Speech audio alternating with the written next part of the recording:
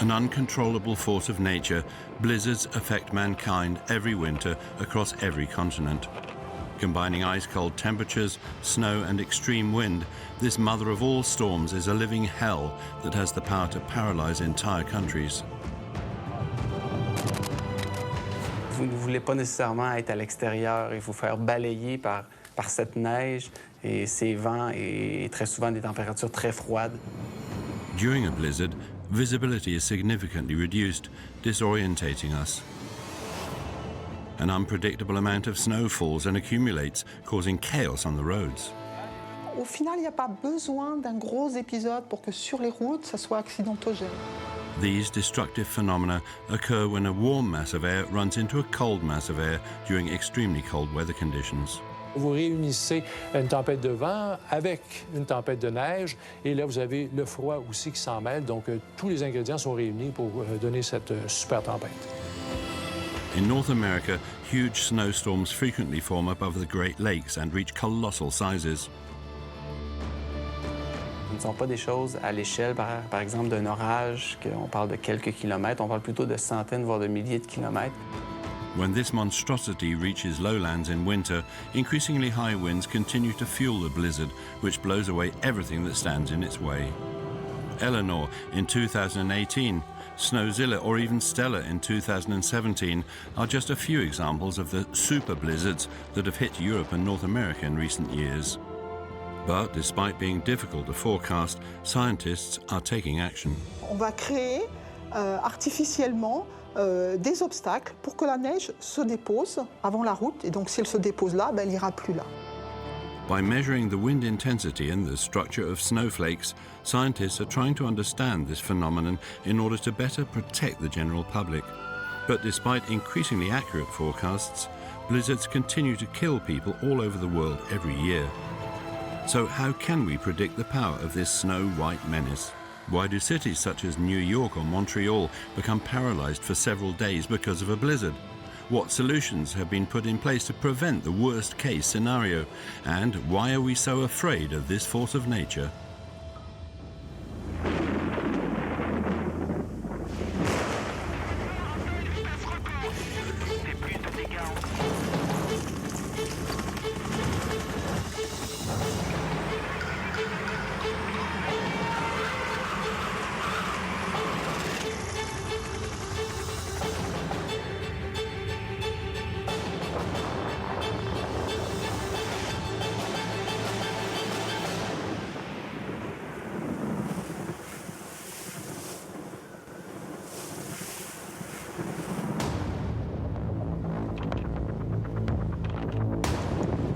Blizzards, a completely uncontrollable force of nature, blowing away anything that stands in its way.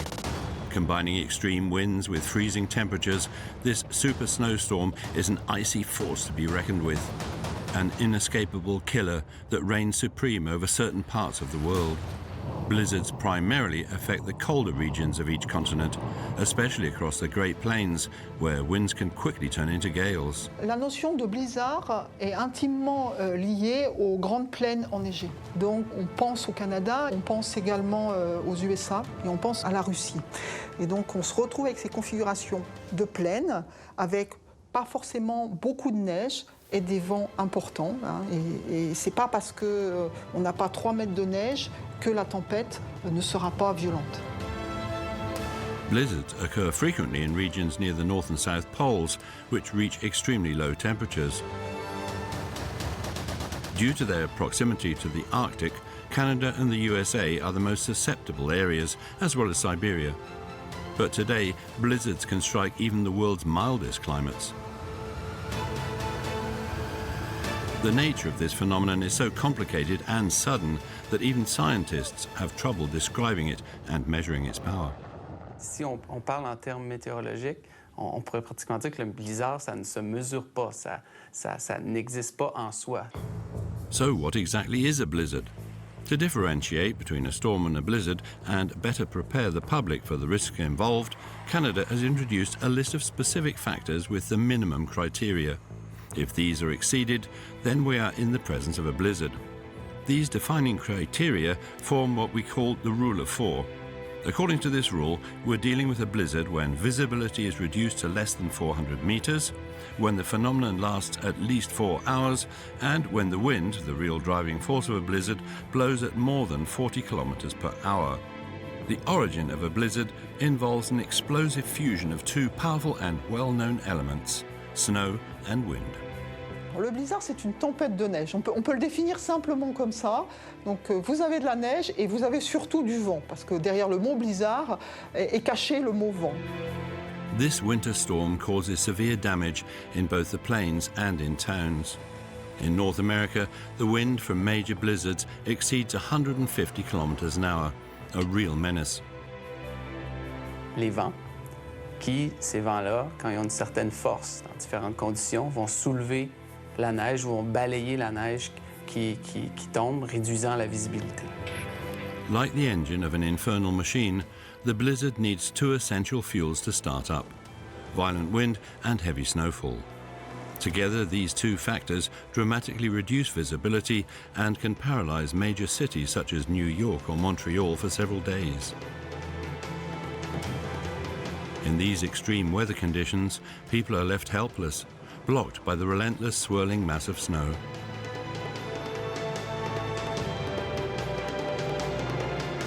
La neige, elle peut simplement être reprise au niveau du sol, comme on parle d'une tempête de sable. Donc ce sont des mécanismes qui sont vraiment similaires et on va avoir l'effet du vent qui va singulièrement nous compliquer la situation.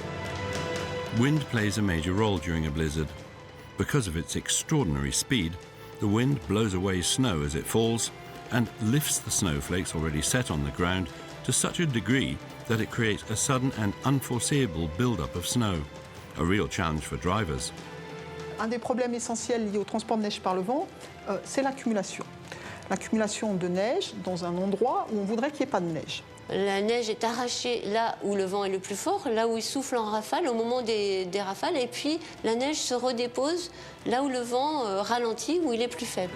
This redistribution of snow by the wind is extremely destructive and can result in devastating consequences, both in the lowlands and in the mountains. Ça va augmenter les quantités de neige dans les zones de départ d'avalanche. Ça peut être aussi de la neige qui va se déposer sur des axes routiers. Et puis ça peut être aussi de venir se déposer autour des bâtiments et obliger un déneigement intense pour accéder aux bâtiments. But the sudden formation of snowdrift isn't the only danger for those caught in the clutches of a blizzard. The wind quickly starts to blow away the blanket of snow, disorientating the people.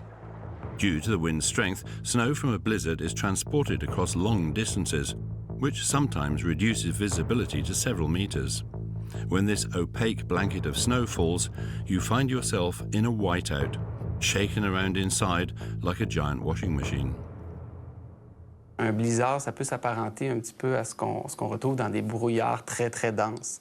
Par contre, dans un blizzard, à la différence d'un brouillard, vous ne voulez pas nécessairement être à l'extérieur et vous faire balayer par cette neige et ces vents et très souvent des températures très froides. Donc, ce n'est vraiment pas des conditions pour être à l'extérieur. The areas affected by a blizzard become death traps. Être dans des conditions de blizzard, c'est un peu comme si on vous avait mis dans une pièce où on ne voit pas à 2 mètres, on voit à peine ses pieds, et on vous fait tourner les yeux bandés pendant 4-5 tours, et on vous dit, bah maintenant, réorientez-vous. Tossed around in the middle of the blowing snow, people lose their sense of balance and coordination and are often swept away by the very strong winds. With freezing temperatures able to drop down to minus 50 degrees centigrade, as well as heavy snowfall, the blizzard is a real white hell. D'abord, il y a la neige qui vous tombe dessus avec intensité à un rythme de 3 à 5 cm à l'heure. Et en plus, les vents se chargent de reprendre cette neige au sol et de la projeter en l'air. Donc, vous vivez une double tempête dans le même moment. Donc là, la visibilité va se retrouver sérieusement compromise. Et le problème, c'est que ça dure pendant des heures. Donc là, vous vous retrouvez dans un voile blanc complètement entouré de neige. Vous n'y voyez rien et il n'y a pas moyen de s'en sortir. Puis d'autant plus que ces phénomènes-là sont souvent jumelés avec du temps très froid. Donc, ça augmente le côté périlleux.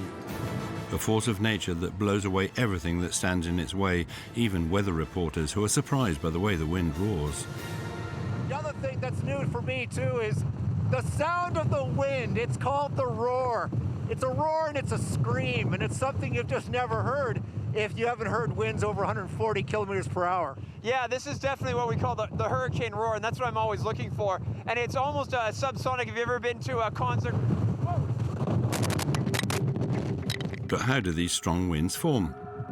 C'est le déplacement de l'air qui va se déplacer des anticyclones vers les dépressions. Et va s'ajouter à ça un élément qui est dû à la rotation de la Terre qui va faire que le vent va avoir tendance à tourner autour des dépressions, dans le sens inverse des aiguilles d'une montre, dans l'hémisphère nord. The larger the depressions, the more powerful the winds. And wind speed increases when there are no obstacles in its way. So the Great Plains of Canada, which are both near the Arctic and also where winds can strengthen for miles, form the ideal conditions for the formation of a blizzard, a phenomenon that scientists have sorted into various categories. On peut regrouper les blizzards sous 3 différents types. Donc, il y a un type vraiment où on a un blizzard sans chute de neige. Donc, c'est un blizzard qu'on connaît plus souvent dans les grandes prairies canadiennes, quand on a eu des précipitations tout de même dans les derniers jours. Il faut que la neige soit relativement fraîche ou que la neige soit très sèche, donc il n'y a pas vraiment de compaction et qu'elle reste disponible pour les vents, vraiment pour qu'elle soit soulevée et qu'elle réduise la visibilité. Prairie blizzards are caused by the movement of masses of cold air from the Arctic. They pass through the Rocky Mountains of Alberta and progress towards the center and east of North America. It's a common phenomenon that happens every winter and is accompanied by bitterly cold temperatures. Vous avez là un blizzard, souvent avec des températures de moins 20, moins 30, moins 35 degrés, qui peut perdurer sur 1, voire même 2 jours. Un deuxième type de blizzard qu'on pourrait identifier qui est plutôt dû à ce qu'on appelle l'effet de lac. The Great Lakes of the US are often referred to as inland seas. With a total surface area of 245,000 square kilometers, more than 3 times the size of the Channel. Vast and deep, these lakes preserve their heat during the summer and retain a temperature between 5 and 10 degrees Celsius up until early winter. The current of air which flows from the Arctic towards the southeast of the country is at minus 15 degrees. This difference in temperature generates a phenomenon known as free convection. Coming into contact with cold air, the evaporated water will transform into snowflakes and form huge bands of snow that can extend across thousands of kilometers. Ça peut donner des quantités de neige astronomiques et souvent c'est accompagné de vent et de visibilité nulle également. Et le troisième type de blizzard, vraiment un blizzard associé à des tempêtes de neige intenses, c'est plutôt la côte est américaine, l'est du Canada qui vont subir ces blizzards-là. This type of blizzard is caused by the collision of 2 different masses of air. The first, hot and humid, comes from southern seas. The second is a mass of cold air from the north. Upon contact with each other, a cyclonization will occur, creating strong gales as well as intense snow. These strong winds, alongside heavy snowfall, will give rise to powerful and blinding blizzards. C'est une tempête très intense qui va avoir des vents forts, qui va avoir de la neige soutenue. Et cette neige-là va tomber pratiquement à l'horizontale, donc va vraiment réduire la visibilité.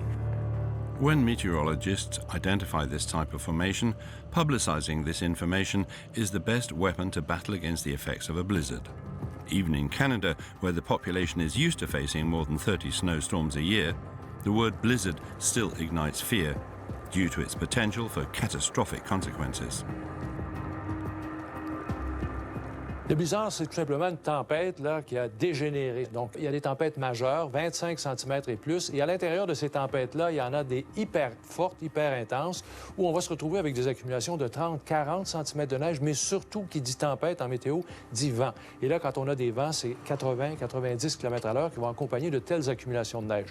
Vous jumelez le tout et ça nous donne des conditions absolument désastreuses pendant plusieurs heures. C'est la définition d'un blizzard.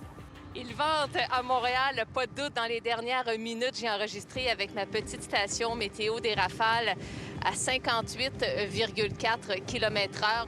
Pour avoir un avertissement de blizzard au Canada, on parle de vent minimal de 40 km/h, mais souvent, on va avoir besoin de vent un peu plus fort que ces valeurs-là. Donc, tout dépend également du type de neige qui est au sol, du type de neige qui est à soulever. Strong winds lift up fine and dry snow that swirls around, a phenomenon known as blowing snow in Quebec and snowplow in France. Vous pouvez effectivement avoir l'impression que la neige vous passe sous le nez à très grande vitesse. Eh bien, c'est effectivement normal, puisque la particule de neige, eh bien, elle va être soumise à la gravité, c'est-à-dire qu'elle va tomber dans ce sens-là, mais elle va être aussi soumise à l'influence du vent. Et le vent va se déplacer principalement dans cette direction. Donc, on a des épisodes avec des fortes vitesses de vent et donc des fortes vitesses horizontales des particules de neige. Just like rough seas driven by the wind, surges of snow in strong gusting crosswinds will lift and completely obstruct visibility. Un blizzard, c'est vraiment une incapacité à voir devant nous.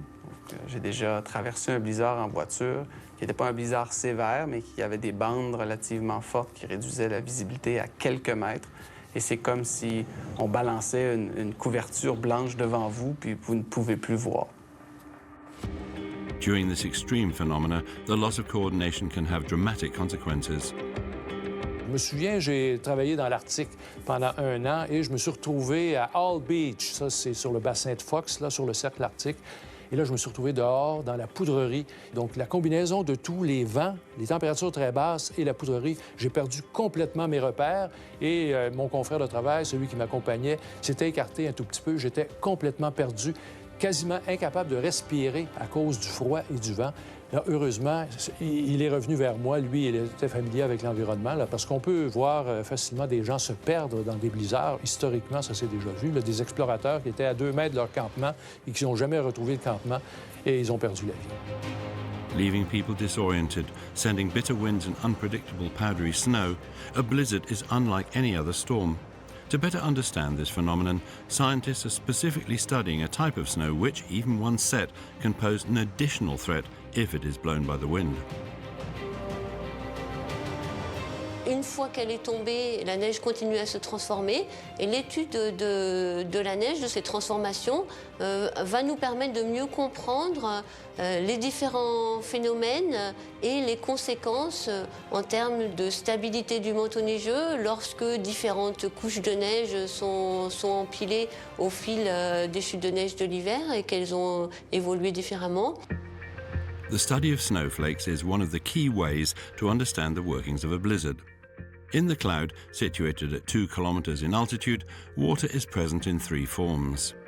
Its gaseous form, water vapor, its liquid form, droplets of water, and its solid form, ice.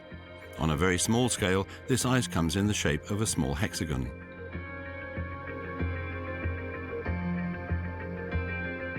Depending on temperature and humidity, these hexagons interlock like Lego pieces and increase in size to form ice crystals in the shape of slabs, or otherwise assemble vertically to form crystals in columns.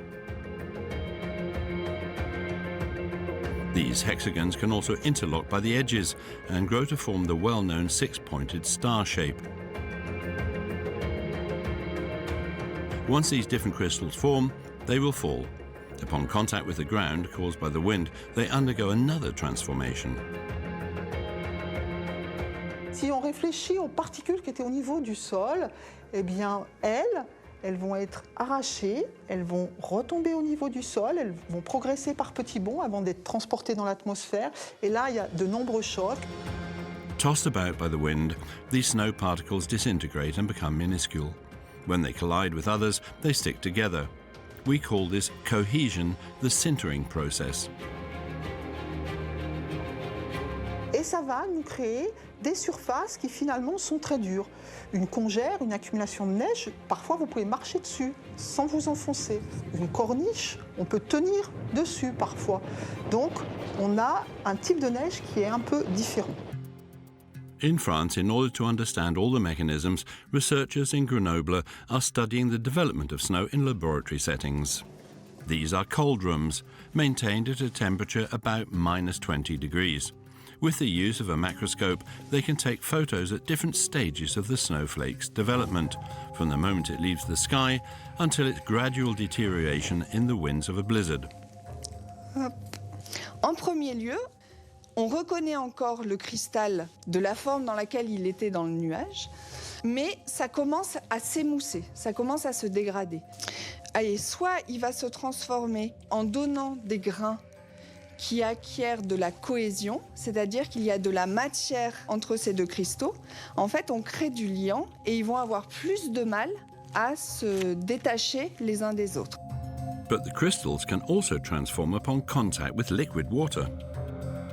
Et là, tout ce qu'on a vu, en fait, ce sont des grains qui n'ont jamais vu l'eau liquide. C'est-à-dire que tout s'est fait entre la glace, l'eau sous forme solide, et l'eau sous forme vapeur contenue dans l'air. At this stage in the snowflake's transformation, the snow crystals have not yet come into contact with water in liquid state. The snow, still light, can therefore still be lifted up by the wind. But encountering rainwater, sunbeams, or even the passing of warmer air can start to make it melt. When this occurs, the appearance of the snow crystals will change entirely. Once wet, the flakes will truly be able to stick to each other.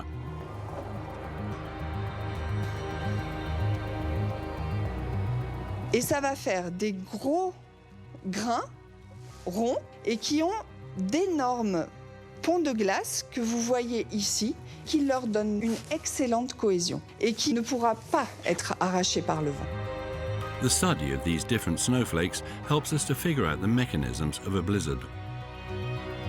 Il y a de la neige qui ne sera jamais dans le blizzard, et heureusement d'ailleurs parce qu'on prendrait des glaçons dans la figure, mais toutes les neiges sèches en fait qui n'ont pas vu encore l'eau liquide, celles-là vont pouvoir faire de la neige à blizzard.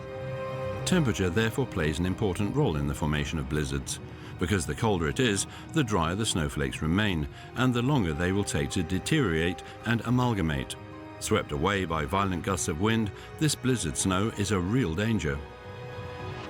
Vraiment, le type de neige propice à la formation d'un blizzard, c'est une neige qui est sèche, qui va être facilement soulevée par le vent. C'est tout le contraire de ce qu'on appelle ici une neige à bonhomme. Donc, une neige qui est faite pour former des bonhommes de neige. Donc, une neige à bonhomme, c'est une neige qui est gorgée d'eau, qui est très, très collante, qu'on peut faire des balles très facilement avec.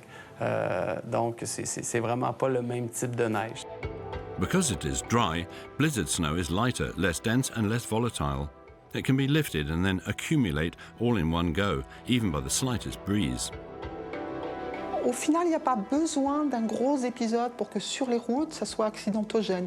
Il suffit d'une faible accumulation, il fait grand beau, vous êtes sur une route, vous voyez la route noire, puis vous avez un virage, et à la sortie de ce virage, en fait, eh bien, il y a une petite accumulation, et cette petite accumulation va être suffisante pour être très surprenante pour le conducteur et générer un accident. Inhabitants of the United States are often well accustomed to this phenomenon, especially in New York. But there are some extremely powerful blizzards that have stuck in their memories. For example, in January 1996, more than 1.2 meters of snow fell on the east coast, along with winds that exceeded 100 kilometers an hour. In cities, life came to a standstill, shops closed, and aeroplanes were not allowed to take off.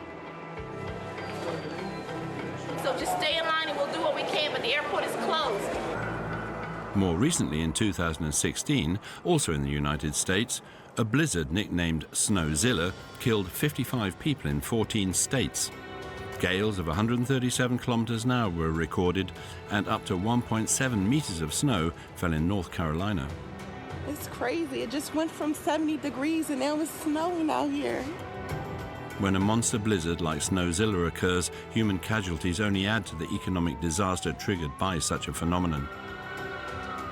Lorsqu'une ville très peuplée, comme par exemple New York a connu il y a quelques années, Boston ou même Montréal, on peut, oui, parler de catastrophes naturelles parce que souvent, pour quelques jours, les activités économiques de cette ville-là vont être fortement diminuées. Impassable roads, flights cancelled, schools closed, and ambulances brought to a halt. Every year, new victims are claimed by blizzards. In March 2017, 20 people died during Winter Storm Stella in North America. A blizzard caused by exceptional circumstances, which residents of Quebec have described as the storm of the century. On a eu une période de neige intense, ça c'est quand même caractéristique. Vous avez la neige qui s'installe en journée, là il y a le cœur de la tempête qui s'amène. On est à 16 heures en fin d'après-midi et là jusqu'à 23 heures en fin de soirée, la neige va redoubler d'intensité et là on va connaître nos vents les plus forts, la visibilité tombe au plancher, les routes deviennent impraticables, on a des bouchons de circulation, il y a des gens qui vont passer la nuit complète immobilisés dans leur véhicule sur le réseau routier de la région de Montréal. Stuck inside the car, the temptation is to leave the engine running in order to stay warm. This, however, is a serious mistake. Durant le blizzard, parfois, il peut y avoir des intoxications au monoxyde de carbone dans les gens, dans leur voiture, qui sont pris, par exemple, dans un accident. La neige, le blizzard continue de tomber, vient boucher le tuyau d'échappement de la voiture, et là, il y a une intoxication au monoxyde de carbone. Donc, c'est un des types de décès qu'on voit relativement souvent lors de blizzards importants et lors qu'il y a des accidents en voiture. Extreme blizzards claim their victims in other ways. In cold weather, the physical body is pushed to its limits, which at times leads to heart attacks. According to researchers at the University of Montreal, these increase from 16% to 34% after episodes of heavy snow. Because of these tragic events, major North American cities have learned to live under the constant threat of blizzards. When they do occur, the population knows to keep travel to a minimum and to keep a close eye on the weather report. Once the catastrophe has passed, life can slowly resume once again.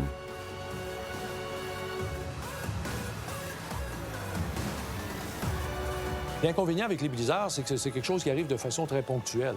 Évidemment, aussitôt que le blizzard est terminé, au lieu de rester, que la ville soit paralysée, par exemple, en 1971, le 4 mars, quand on a eu la tempête du siècle dans le sud du Québec et à Montréal, avec 47 cm de neige, là, évidemment, la ville est restée paralysée pendant pas loin d'une semaine.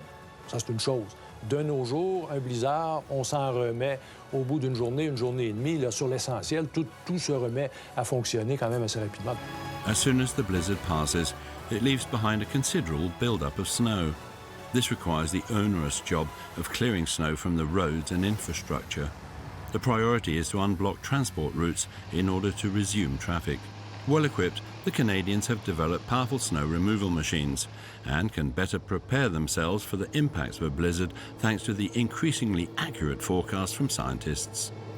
Les blizzards sont quelque chose d'assez bien prévu parce que souvent ce sont des phénomènes tout de même à grande échelle. Quand on parle de tempêtes d'hiver très fortes, donc de dépressions très creuses, c'est quelque chose qui est massif, c'est quelque chose qui est étendu sur plusieurs centaines de kilomètres.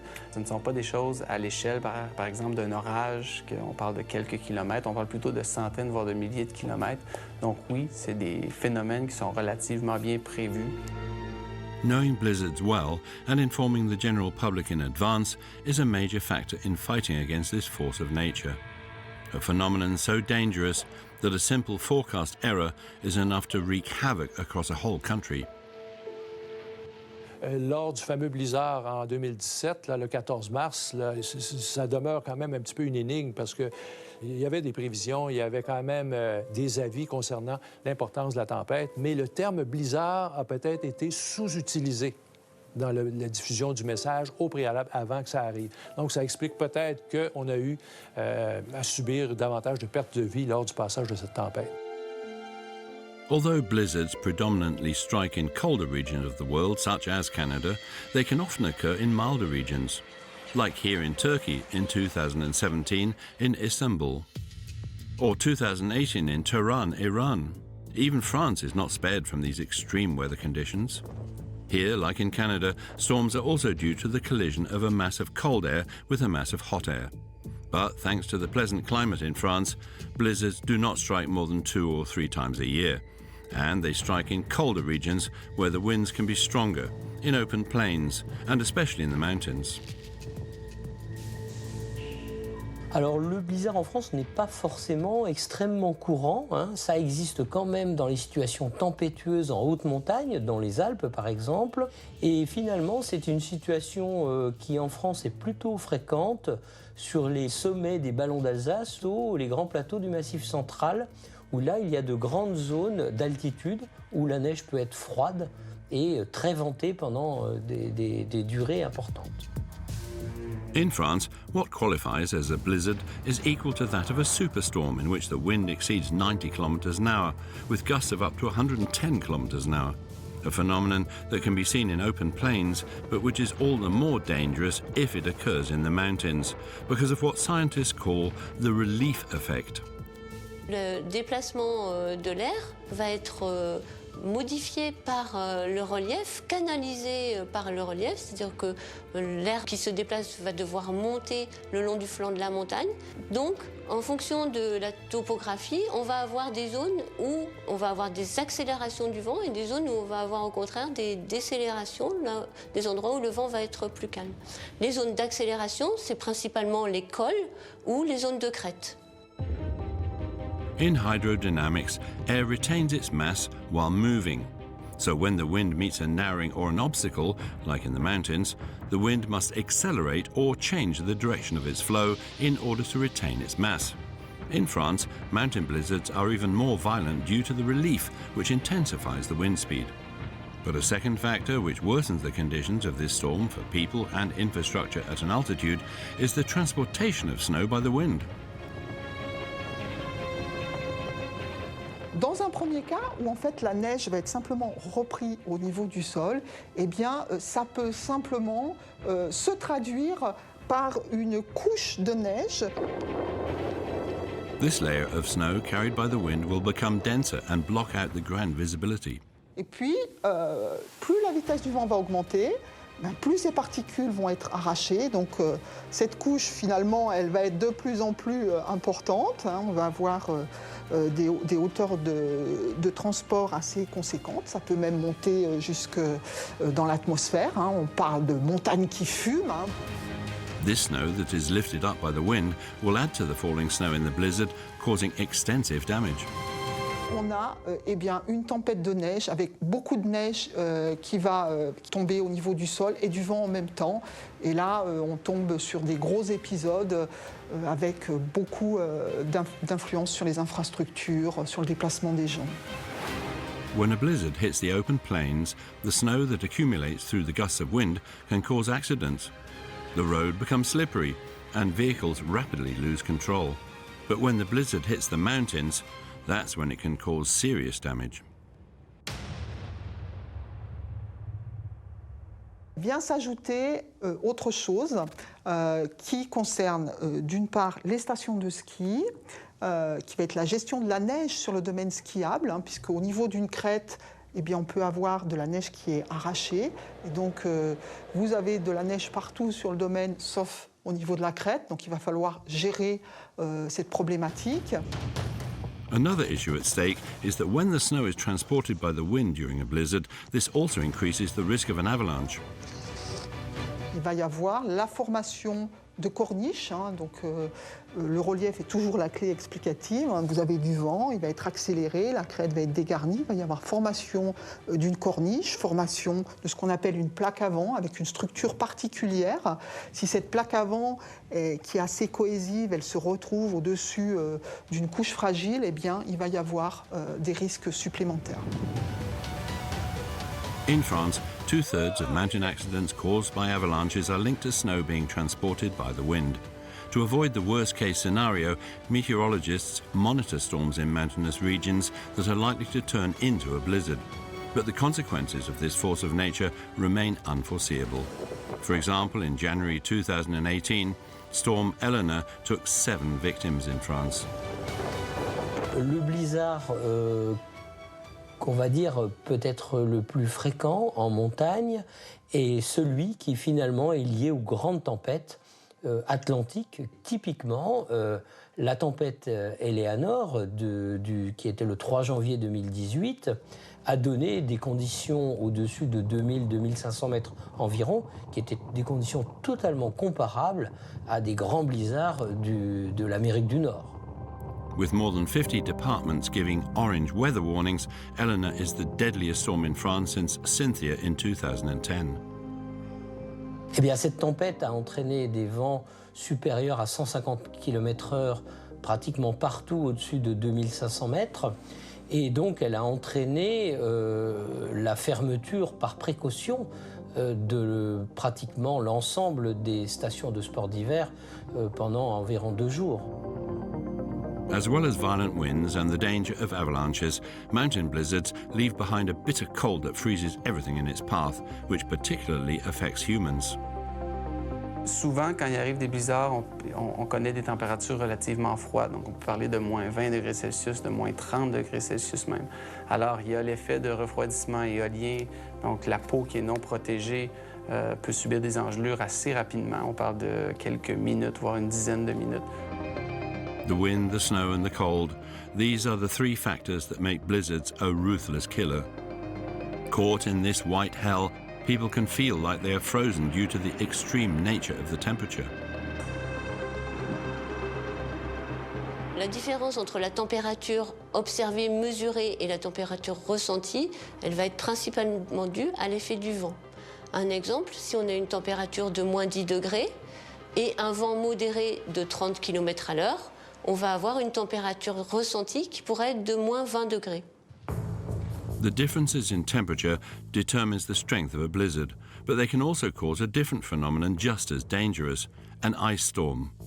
In the event of an ice storm, it's not snow that buries the town, like in a blizzard, but ice. Amongst the most deadly ice storms, the one of January 1998 in Quebec remains engraved in people's memory under the name the Great Ice Storm of '98.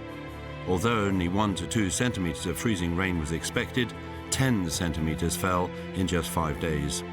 Compact layers of ice accumulated and paralyzed cities. Due to the weight of the ice, almost 1,000 steel pylons and 3,000 kilometers of power lines were destroyed. Half of Quebec was plunged into total darkness as 1.4 million inhabitants were left without electricity for lighting or heating for more than a month. 600,000 people were made homeless and 30 people died. How did this happen and what caused this ice storm? The formation of ice begins with a layer of above freezing air above a layer of sub-freezing temperatures closer to the surface. Frozen precipitation melts the rain while falling into the warm air layer and then begins to refreeze in the cold layer below. If the precipitate refreezes while still in the air, it will land on the ground as sleet. Alternatively, the liquid droplets can continue to fall without freezing, passing through the cold air just above the surface. This thin layer of air then cools the rain to a temperature below freezing. However, the drops themselves do not freeze, a phenomenon called supercooling. When the supercooled drops strike ground or anything else below 0 degrees centigrade, a layer of ice accumulates as the cold water drips off, forming a slowly thickening film of ice, hence freezing rain. During a blizzard, the crystals inside the cloud that fall as snow when crossing a very cold atmosphere must meet a warm mass of air coming from the south. The snow then crosses this layer of above freezing air and it melts. In an ice storm, the formation of ice begins with a layer of air that is above freezing, which sits on top of a layer of air that is below freezing. The snow melts as it enters the warm air layer, but then immediately begins to refreeze in the cold layer, turning into sleet or ice. Extremely exposed to this type of weather, the Montreal region suffers from between 12 and 17 ice storms a year. But the majority only last several hours, and the accumulations of ice barely exceed a few millimeters. However, in 1998, between 5 and 10 centimeters of ice built up, causing $1.5 billion worth of damage. To this day, the ice storm of '98 remains an unusual occurrence, making Canadian history. But because they are a lot more frequent than ice storms, blizzards cause more damage. Every year they kill people across the world by combining low temperatures, violent winds and sudden accumulations of snow.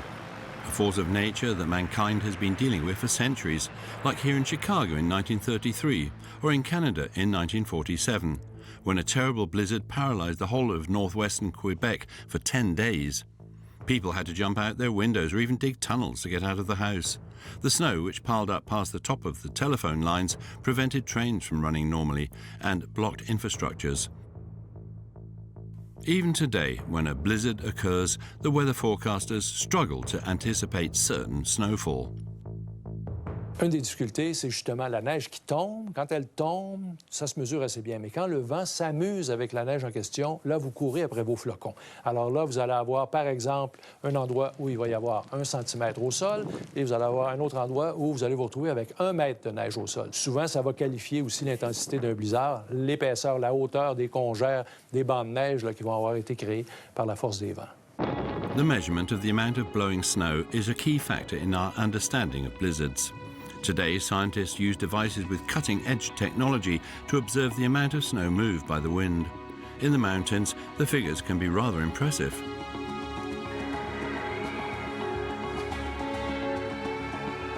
Si on parle en ordre de grandeur, c'est-à-dire une estimation grossière, eh bien, dans les Alpes, si vous prenez 1 mètre de crête, hein, ici voici ma crête, mon vent arrive comme ceci, quelle est la quantité qui va être transportée?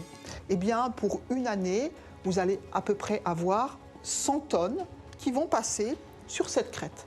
Donc 100 tonnes de neige, juste dues à l'effet du vent, vont passer au niveau de cette crête. Si on passe à un autre continent, l'Antarctique, eh bien là, on va changer d'ordre de grandeur. On est sur 1000 tonnes qui vont passer par cette... Alors là, il ne s'agit pas d'une crête, mais par cet endroit qui fait 1 mètre. In order to measure the blizzard and the amount of transported snow, France Weather and Austere, the National Institute of Scientific and Technological Research for the Environment and Agriculture, share an experimental site at the top of Alpe d'Huez ski resort at an altitude of 2,720 meters. With its unique topography, the mountain pass of Lac Blanc is a real natural wind tunnel. The equipment set up shows that the site sees episodes of snow being blown by the wind for 10% of the time. Thanks to the numerous sensors connected to various automatic stations, scientists can study the effects of wind on the movement of snow. Donc on a installé ici un profil de mesure verticale de vent, donc, pour tenir compte du ralentissement du frottement du vent sur le sol, donc à différentes altitudes. Ce profil est réglementaire, donc il suit l'épaisseur du manteau neigeux. Et pour plus de précision, on a installé aussi un anémomètre sonique 3 dimensions qui, lui, mesure plus précisément et plus rapidement les variations du vent. Another precious detail in measuring the strength of a blizzard is the size of the snow particles transported. This must also be calculated. Donc ici, on dispose de capteurs dédiés au transport de neige par le vent, donc qui s'orientent en fonction de la direction du vent. Et ici, on a un capteur avec 2 branches, un faisceau optique entre les 2 petits bras, et les particules viennent croiser ce faisceau optique, et on vient mesurer la taille des particules qui croisent ce faisceau. The results of the sensors are compiled by computer before being sent off to researchers. Donc on peut voir ici les mesures faites par le capteur de vitesse et direction du vent. Et on voit typiquement qu'en dessous d'un certain seuil de vent, en fait, les particules ne sont pas mobilisées. Et à partir d'un certain seuil de vent, les particules se mettent en mouvement. En fait, les grains au sol sont tenus par des petits ponts de glace. Et tant que la force du vent n'est pas suffisante pour arracher ces petits grains de glace, il n'y a pas de mécanisme de transport. À partir du moment où on a dépassé ce seuil, les premières particules s'arrachent et vont en impacter d'autres et ainsi de suite, et on va avoir le déclenchement du mécanisme de transport.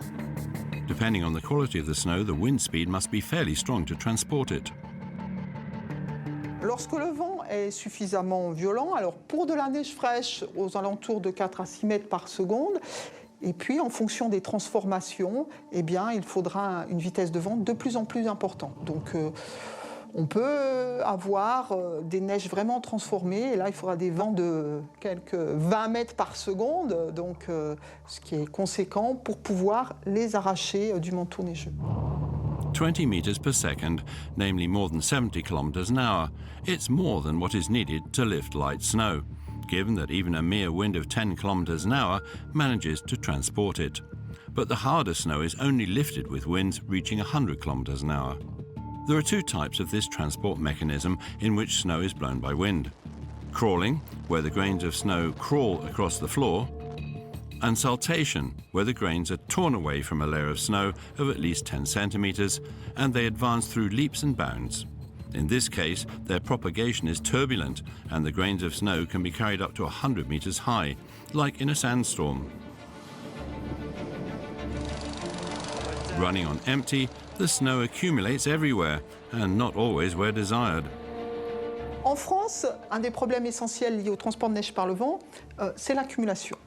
L'accumulation de neige dans un endroit où on voudrait qu'il n'y ait pas de neige.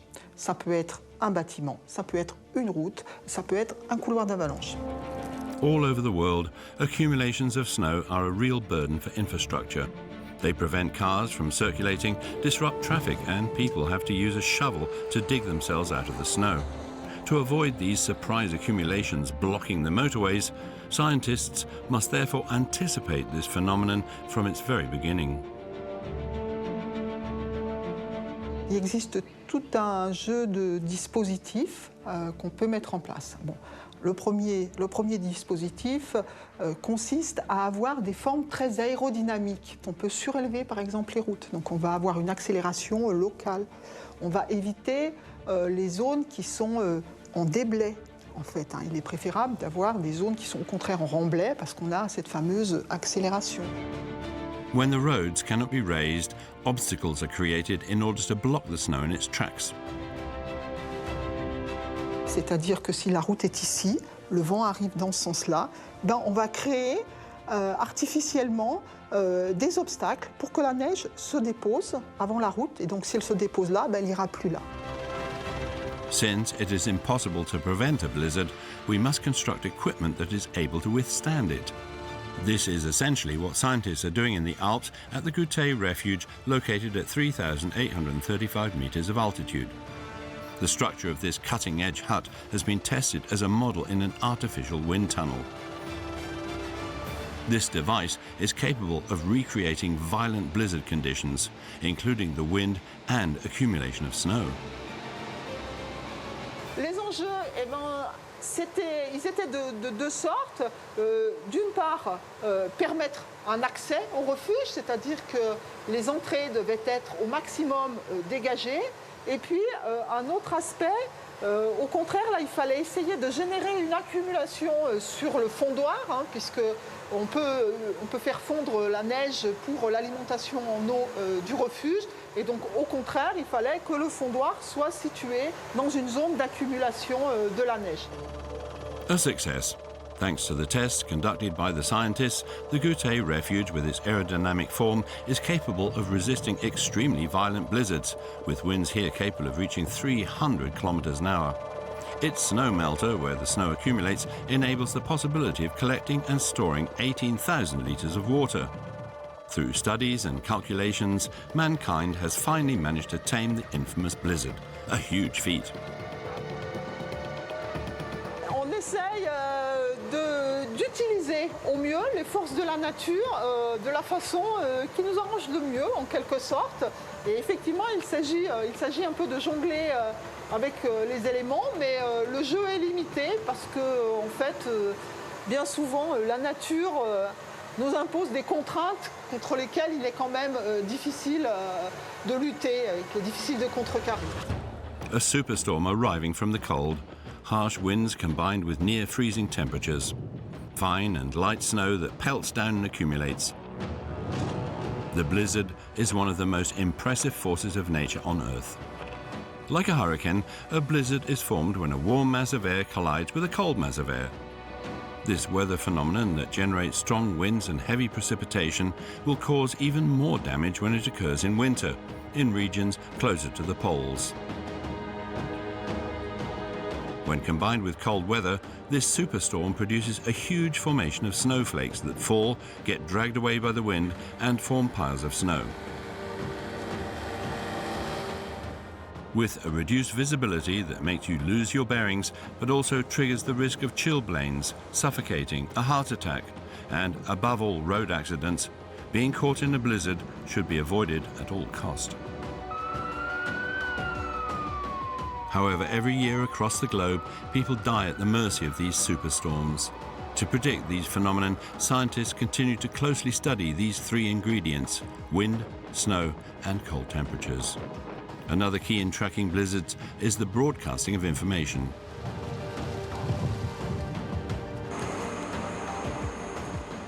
In high-risk countries, alerting the nation is a very serious matter.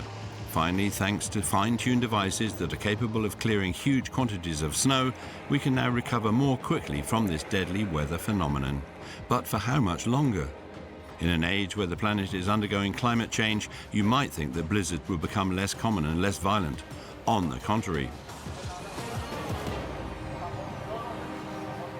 La science des changements climatiques nous enseigne que, avec le réchauffement global, on risque d'avoir des hivers un petit peu plus courts, moins de chutes de neige en termes de quantité totale pour un hiver. Par contre, ce qu'on semble vouloir connaître également, c'est des tempêtes plus intenses. By generating larger storms, global warming could therefore potentially provoke even larger blizzards. In other words, types of winter hurricanes. Si votre température de l'eau de l'Atlantique est plus élevée que ce qu'on a connu historiquement, ça, c'est un capital en humidité, c'est un capital en énergie aussi. Alors ça abreuve les tempêtes. C'est bon pour les ouragans, c'est bon aussi pour les tempêtes qui peuvent se développer en temps hivernal. Are we going to have to confront increasingly violent blizzards? The recent storms Stella, Eleanor or Snowzilla, which have struck Europe and America, seem to say so. But thanks to science, we are beginning to better understand this terrible force of nature in order to better protect ourselves.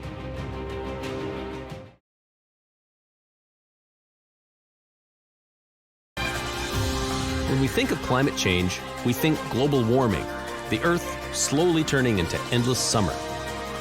But shifting world weather patterns are sparing no season. Winter conditions are being altered in dramatic and dangerous ways. I'm chasing freak blizzards in October, intense lake-effect snow, and I go on an expedition to some of the worst winter weather in the world. And an experiment that doesn't quite go as planned. Okay, that's enough! I'm having trouble breathing! Hurry very fast, please! Fast!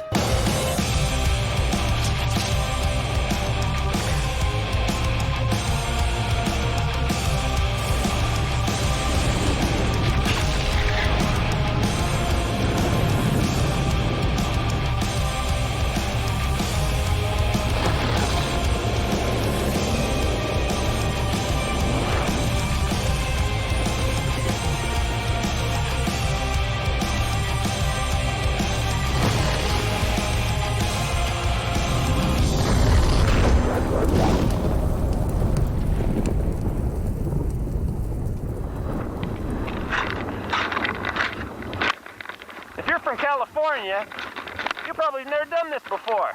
But in Canada, it's a way of life.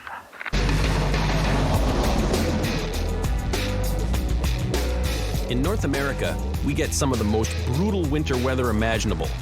Ice storms, huge snow squalls, and traffic-snarling blizzards.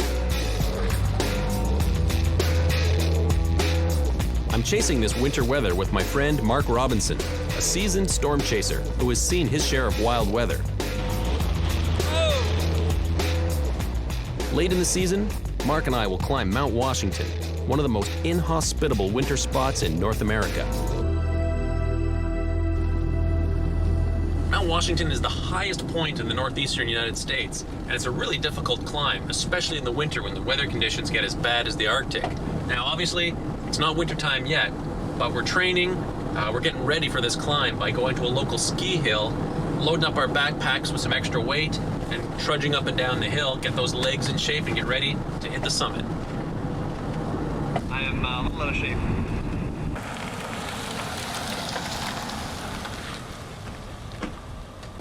You know what? I am going to redistribute some of this weight. By adding water to the pack, it kind of simulates having more gear.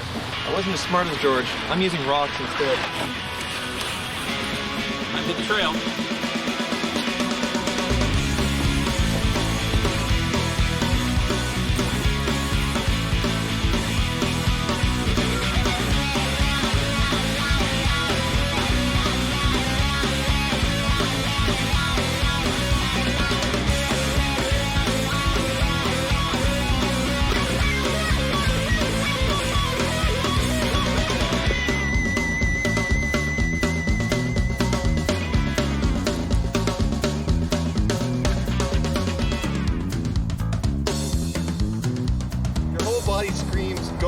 Get off the rock, get off the rock. We return from our training session to a big surprise. How do you want this in? It's Friday the 13th, so that should tell you something. Not a cloud in the sky. Beautiful. Great day here in Toronto. Hour and a half down to the southeast. All hell is breaking loose. We head down to Lake Erie to track this unusual storm. It looks like a beautiful fall day here in southern Ontario, but it belies a bit of an actual emergency that's going on right now. A lake effect snow warning is in effect until 10 a.m. Eastern Daylight Time this morning for northern Erie County. There's lake effect snow squalls, and what happens is you get very cold air going over a warm lake. The moisture gets picked up from the lake and then dumped on the land as snow. There's still leaves on the trees, and the leaves are holding the snow, and all that weight is just breaking the tree limbs and snapping them. Power's out. They're pumping gas by hand there. These lines are all down, trees are down. There's another car spun off the road. That's the third one so far. Oh yeah, look at this, trees down. Look at this, huge branches down here. Yeah, all the traffic lights are out. Gotta be careful. What a mess. It's actually impressive to see how much damage can be caused by snow on leaves. All these trees lost their branches all over. And now the cleanup begins. The residents here have to deal with all these downed trees and branches. Power is still out to the area. They're still clearing some of the roads out.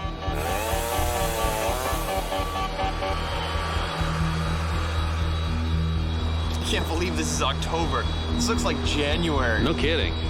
But what I love is the white snow, yeah, and the green leaves on the trees. Don't see that too often. You don't see that hardly ever.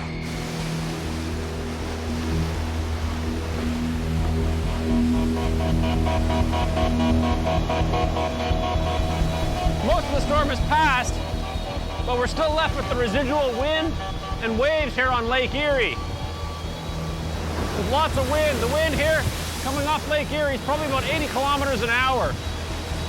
And it's pushing huge waves up against the shore. Oh, cold. Oh, I can barely feel my fingers. Yeah, it looks like a nice sunny day, but it's freaking cold. As this insane winter weather intensifies, Mark and I split up. He tracks a massive snow squall coming in off Lake Huron, while I get blasted with freezing spray further south. Okay, this storm system right now producing huge waves on Lake Ontario, freezing rain, snow, and further south in the United States, tornadoes are outbreaking right now across the southeastern U.S. This is a huge weather system. It's winter weather up here in the north, severe thunderstorms in the south. These waves are absolutely huge, and it's very icy here. So it makes for some extremely treacherous conditions. Here comes another one. Woo!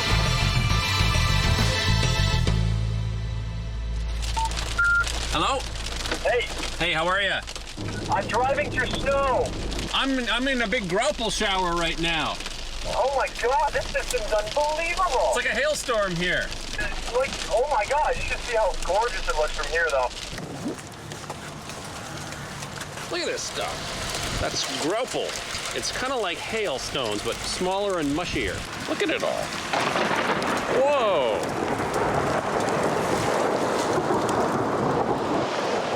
Thunder snow. This is crazy.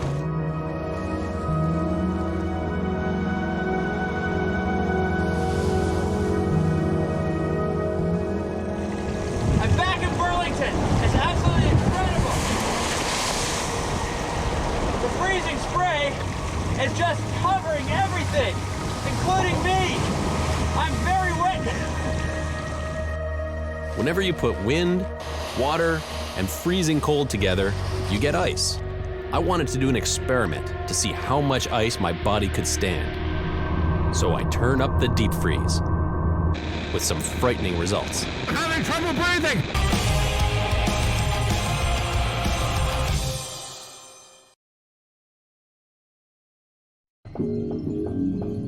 In a few weeks, Mark and I head for Mount Washington, where intense cold and off-the-charts wind speeds combine to create huge ice buildup. I wanted to test the effect all this ice could have on my body, so I've come back to the National Research Council's wind tunnel in Ottawa, where last summer I did a hurricane wind speed experiment. Today, I'll be a human popsicle. I'm a bit warm and cautiously optimistic. Very claustrophobic. Because it's about minus 20 outside, the wind tunnel will accurately simulate the conditions on the mountain.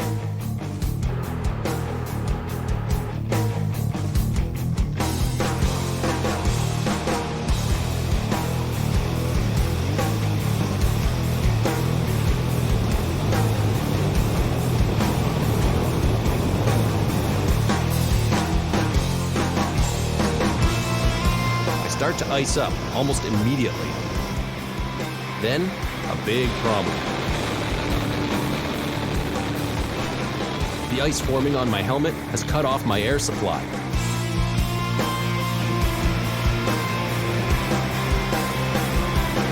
I start to panic. Holy sh**. Okay, I'm having trouble breathing. Hurry very fast, please.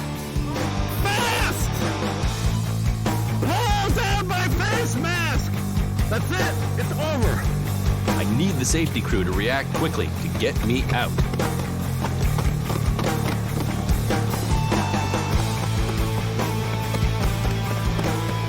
Okay, so get the mask, get the mask. Ah, that's better. Woo! The problem is not the cold. No more air coming in. It's, the ice buildup makes it tough to breathe. But I'm okay now.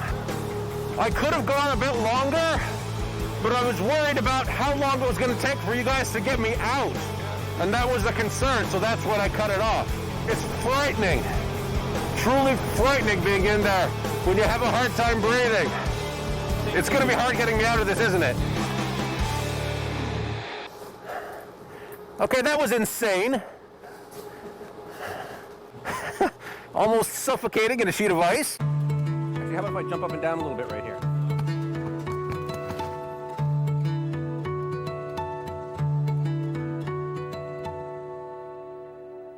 On the way back from the test center, I run into another huge squall.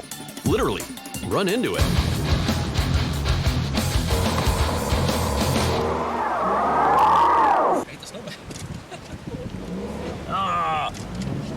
I hit the snowbank, and now I'm stuck. Oh, I can't even get out of the car. This was not my intention.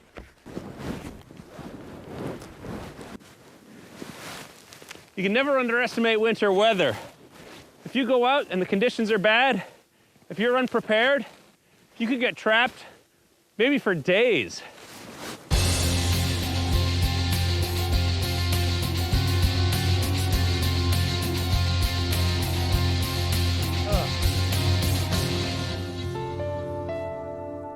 Finally, it's time for my friend Mark Robinson and I to head for Mount Washington.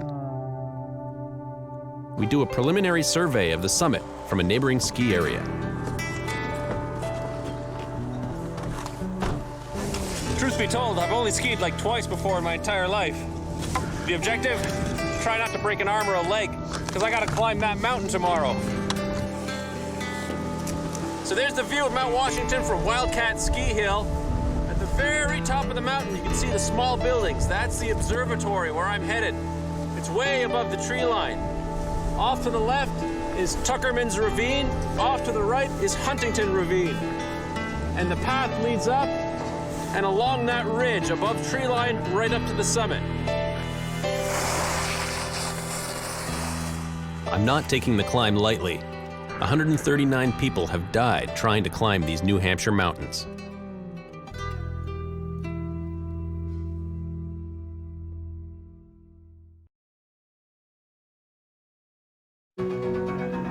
Mark and I are about to climb Mount Washington, which claims to have the worst winter weather in the world.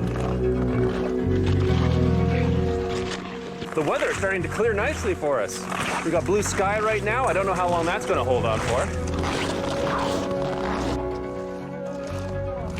It's hard to imagine you're so warm climbing a mountain like this, but that's what it's like here, exerting a tremendous physical force. You gotta strip right down just to keep from sweating. You sweat, you die.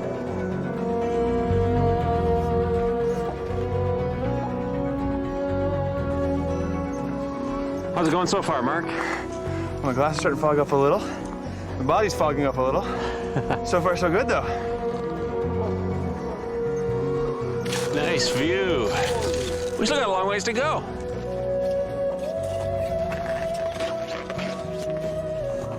Harder than it looks. I don't know, it looks pretty hard. Terrain's getting a lot steeper now, a lot more sidestepping. Pretty soon we'll have to get the crampons on once we get into the even steeper terrain. The crampons give you the extra traction you need for the very steep section ahead.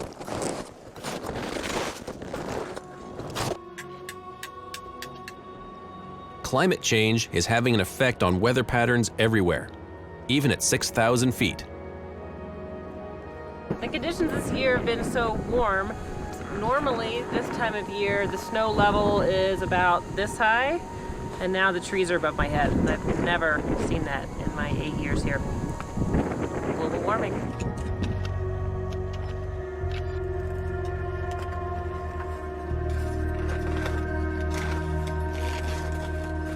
We're making really good progress today.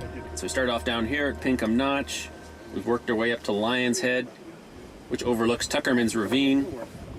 And then it's just a short ways up to the summit. The conditions are getting harsher and the climbing more dangerous. So our mountain guides give us a lesson in self-arrest techniques.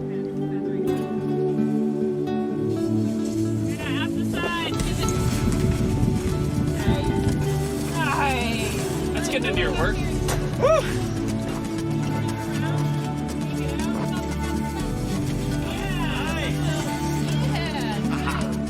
Man, I was going so fast to the bottom, I didn't know which way was up.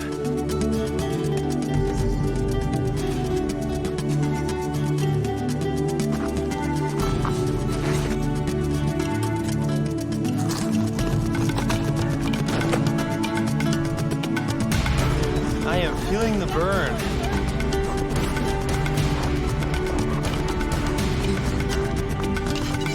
We're about 15 minutes from the summit.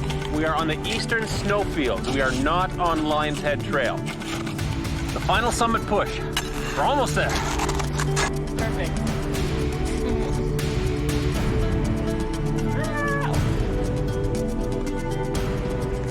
We finally make the summit and say goodbye to our climbing guides, who take the express route down.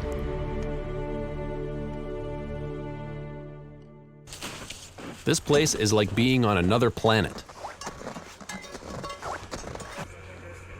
But the weather today is not typical. The wind blows here like nowhere else. We just pulled the chart off and the winds are about 110 sustained. We just had a gust to 121. Jim Salgi knows just how bad it can It's get. really strong outside. How long do you think it's going to continue? When you go outside in a 100-mile-an-hour wind, it's hard to keep your feet. You do a lot of crawling.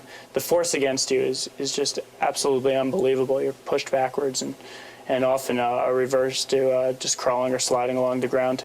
It's built to withstand the winds that we have up here. Jim shows me around, including the location of the fastest surface wind speed in recorded history. But the most famous building that we have on the summit is the stage office right here.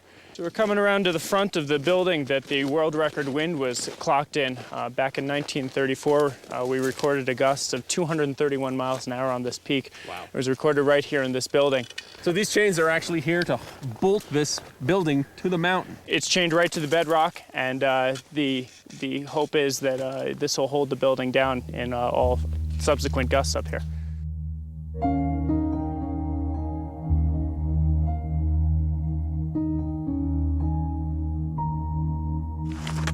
Keep walking forward. Yeah. Now look up. Oh, amazing. Isn't it cool? Talk about ice sculptures. This place is absolutely incredible. Like, look at this. I know. These delicate little, they're like feathers. How delicate is it? You breathe on it, gone. Show me. All this rime ice that's formed on all the buildings and, well, basically everything out here. The fences, the railings, the buildings. It's like these ornate ice sculptures. So explain to me how all this rime ice forms. It's everywhere. Well, this is essentially frozen fog. Fog will stay a liquid until minus 40 degrees. But as soon as it hits something up here in a 100-mile-an-hour wind, it freezes instantly. We'll get rime ice that'll grow out at 3 to 5 inches every hour. Part of the challenge up here in working the weather station is to remove this ice from the instruments to make sure it doesn't build up.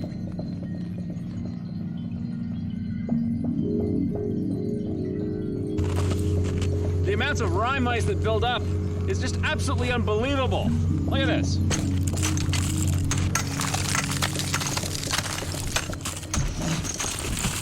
Wow.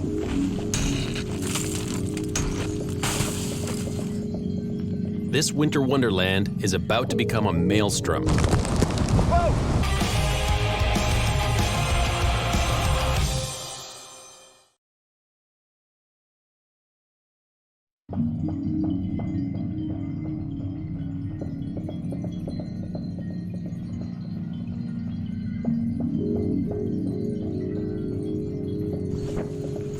So here's a great example of how the weather here can just change on a dime.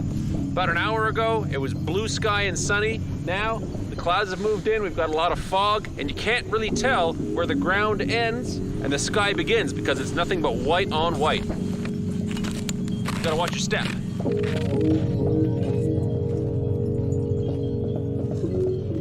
Time to head for shelter as the temperature plummets outside.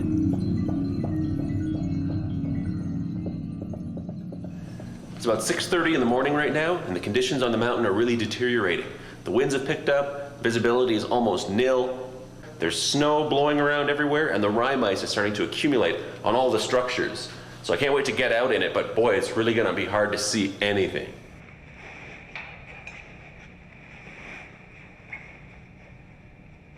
As you can plainly see, the visibility here is absolutely atrocious. You can barely see from building to building, and if you don't know exactly where you're going, you can get very disoriented and fall off the mountain. Whoa! All this ice, brand new. It accumulates so quickly. We're getting tremendous gusty winds, snow, ice forming very quickly. Basically whiteout conditions. Frostbite is a serious concern right now. I'm worried about my cheeks. Yeah, I tried to be as loud. It's really windy! Get that! Yeah, your nose starts a little white at the end. The conditions have become so bad, even I've had enough.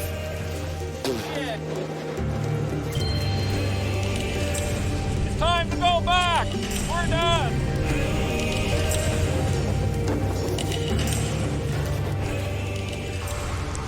Snowcat. Up here on Mount Washington, it's the only way to get here in the wintertime. Either that or hike.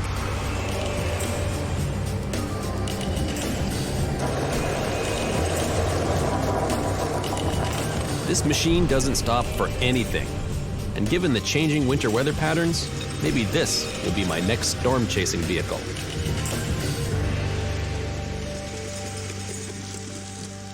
The polar bear, the world's largest land predator, is under threat. As the Arctic warms, the icy habitat of the bear is melting faster, leaving them hungry and vulnerable. Their population is dwindling as they struggle to survive the longer summers. And now, starving bears are coming into towns searching for food. I've come to their world to find out how they're coping in a fast-changing climate. Can they survive and adapt, or will the mighty polar bear become a climate casualty?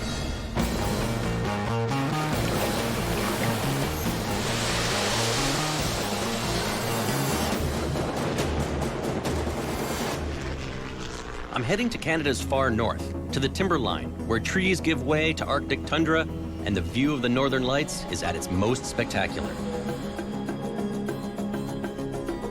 I'm landing in Churchill, Manitoba, the polar bear capital of the world. It's summertime here, and Arctic fox and snow geese can be seen in the rugged wilderness that's all around.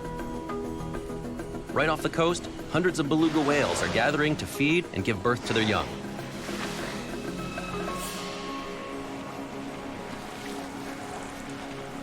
I'm surrounded by beluga whales here. Wow, very, very close to the kayak. Belugas and polar bears share the same habitat. This is Hudson Bay, and for half the year, it's the ice-covered hunting ground of the polar bear. The polar bear, of course, is the Ursus maritimus, the marine bear, and they're very comfortable in the water. But this time of year, they're pretty much landbound, wandering the coastline in a state of semi-hibernation. They forage for what little food they can find while they wait for Hudson Bay to freeze over in the winter. Then they can return to their preferred habitat, the sea ice, and start hunting for seals again. But temperatures are rising worldwide, so their habitat is changing, which puts their future at risk. The Arctic regions are warming at twice the rate of the global average. Some scientists say that we could be losing 4% of our sea ice every 10 years. That could have a devastating effect on the polar bear populations. There are an estimated 25,000 polar bears in the world, and they depend on sea ice for survival.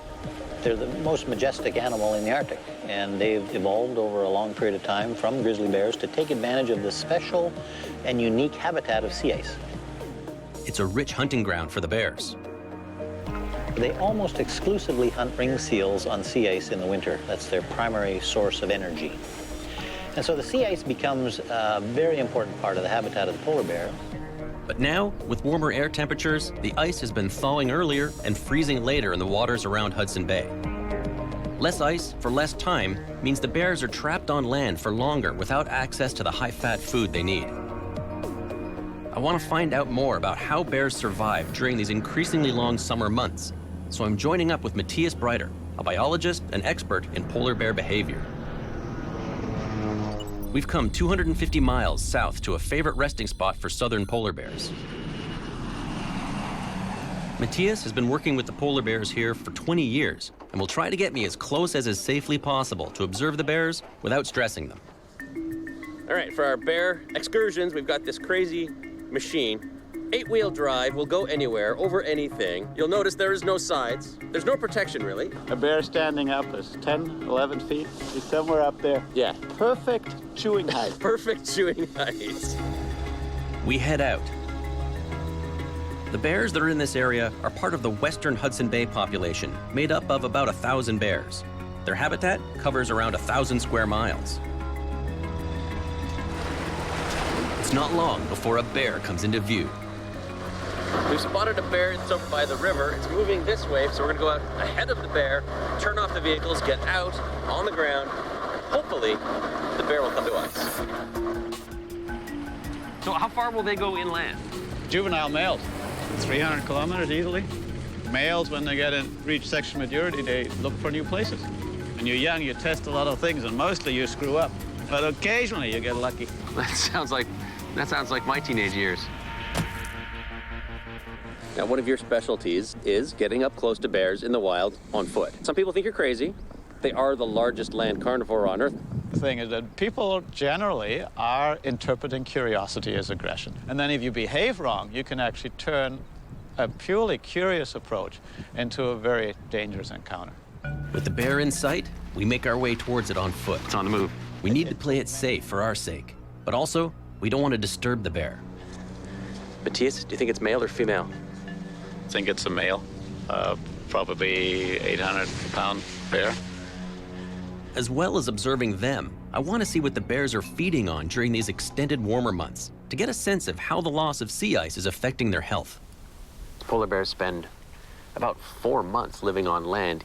So while they're here, we want to see what types of food they're ingesting. And the best way is to A, observe them eating, but B, examine their scat. And we can actually see what kind of nutrients they're getting, what food they're eating.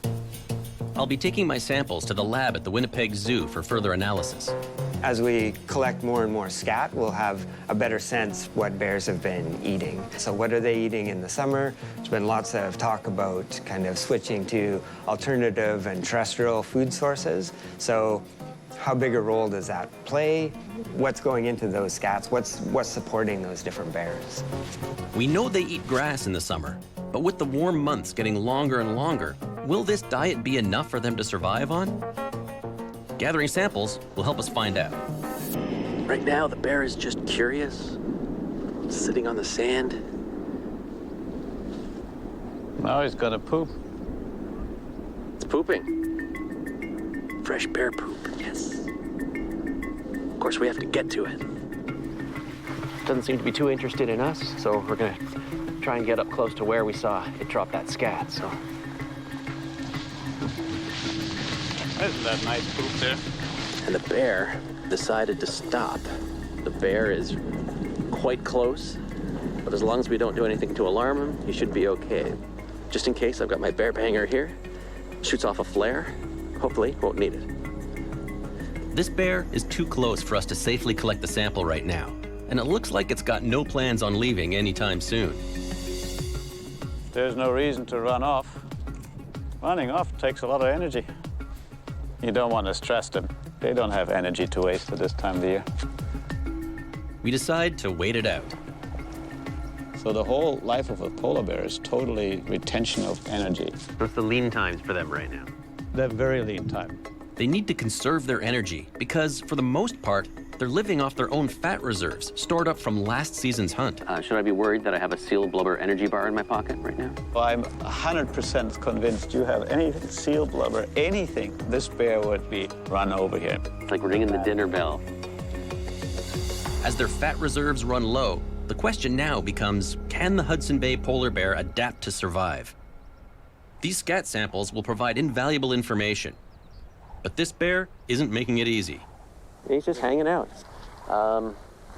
One thing I can do is mark this location on my GPS, and we could always come back and grab the sample. Sometimes we have limited options. So I'll just give this point a name, location. Okay, bear poop 01. We move on to look for more bears. We spot two near the vehicles. They both look very big, healthy. They look healthy. It's early in the season, so they would have just come off the ice not that long ago, so they probably still have a belly full of... They have probably been feeding reasonably well until about a month ago. Now they lose 2 pounds a day in weight. We can try to get ahead, but if he keeps on following her, they'll just... Yeah, I think they're gone. We go east. Slow down, slow down. Look at those claw marks. That's so big. They cannot retract their claws. No, they cannot. They're permanent. They're always out. Very cool. Let's follow them. All right. We follow the tracks and are led to a big male polar bear. Oh, here he goes. There he gets up. He's getting up. But this encounter soon gets a little too close for comfort. Yeah. Okay. Hey, Doug. I'm in northern Canada, in polar bear country. I need to collect scat samples to gauge the impact of climate change on the bear's diet. But if I disturb this one, I could be in trouble. Matthias, do you think it's male or female? A large male in its prime. We watch the bear as it rests for more than an hour. He seems a little more active now than he was a couple of minutes ago. Yeah. That's 3 yawns now. Can be slightly nervous yawn. That can mean that he is going to get up and approach us a bit. So what do we do if he does get up and start approaching us? We'll do a few steps towards him. If we back up, he'll just come faster. Right. Polar bears can run quickly, up to about 40 kilometers per hour, but only in short bursts. So if that bear really wanted to run, it could be here in the blink of an eye. I want him to relax back down. And there he gets up. He's getting up. This 900-pound bear is a ferocious predator. It's nerve-wracking being this close. A little bit of displacement behavior. So he's just chewing on the grass right now. It's like if there's something you want to do, but you don't really dare. And so you jump to another behavior. He was just sort of thinking about us. He's hesitating. You don't want to create fear. Fear can result in aggression. Now he's lying back down. So if I were to suddenly start running away from him, in all likelihood, he'll run after you. You think so, huh? 95%. Really? Oh, here he goes. Okay. If he gets off the grass, we have to make a step towards him. Walking towards a polar bear goes against every instinct. Come on. No. If we're wrong, we could be killed. He'll try to come again. So just look big. Yeah, when he tries to hook in, I make a little step towards him. You kind of want to keep the pressure a little bit on him. Now he tries to hook again a little bit, I put a little pressure on him. That's amazing. You want to be dominant. Any kind of movement towards another bear is always dominance behavior. I'm steering him away. And now he's made up his mind. He's gone. He's gone, without creating stress. My heart was racing. You've done this hundreds of times before, but I've never actively moved towards a polar bear that is coming towards me. And a male one. A big male, yeah. I mean, if you understand a little bit how bears interact with other bears, they're reasonably predictable. People just do not read their language right. With that crisis averted, we go back to collect the first scat sample. It's not just the bears of Hudson Bay that are seeing deteriorating ice conditions. It's a problem all over the Arctic. The minimum sea ice recorded in 2015 was 1.7 million square miles, about 40% less than the previous 30-year average. The global temperature that we've seen of the planet, the rise of global temperature, is about 0.7 degrees Celsius. In the Arctic, it's about 2.5 to 3 times that.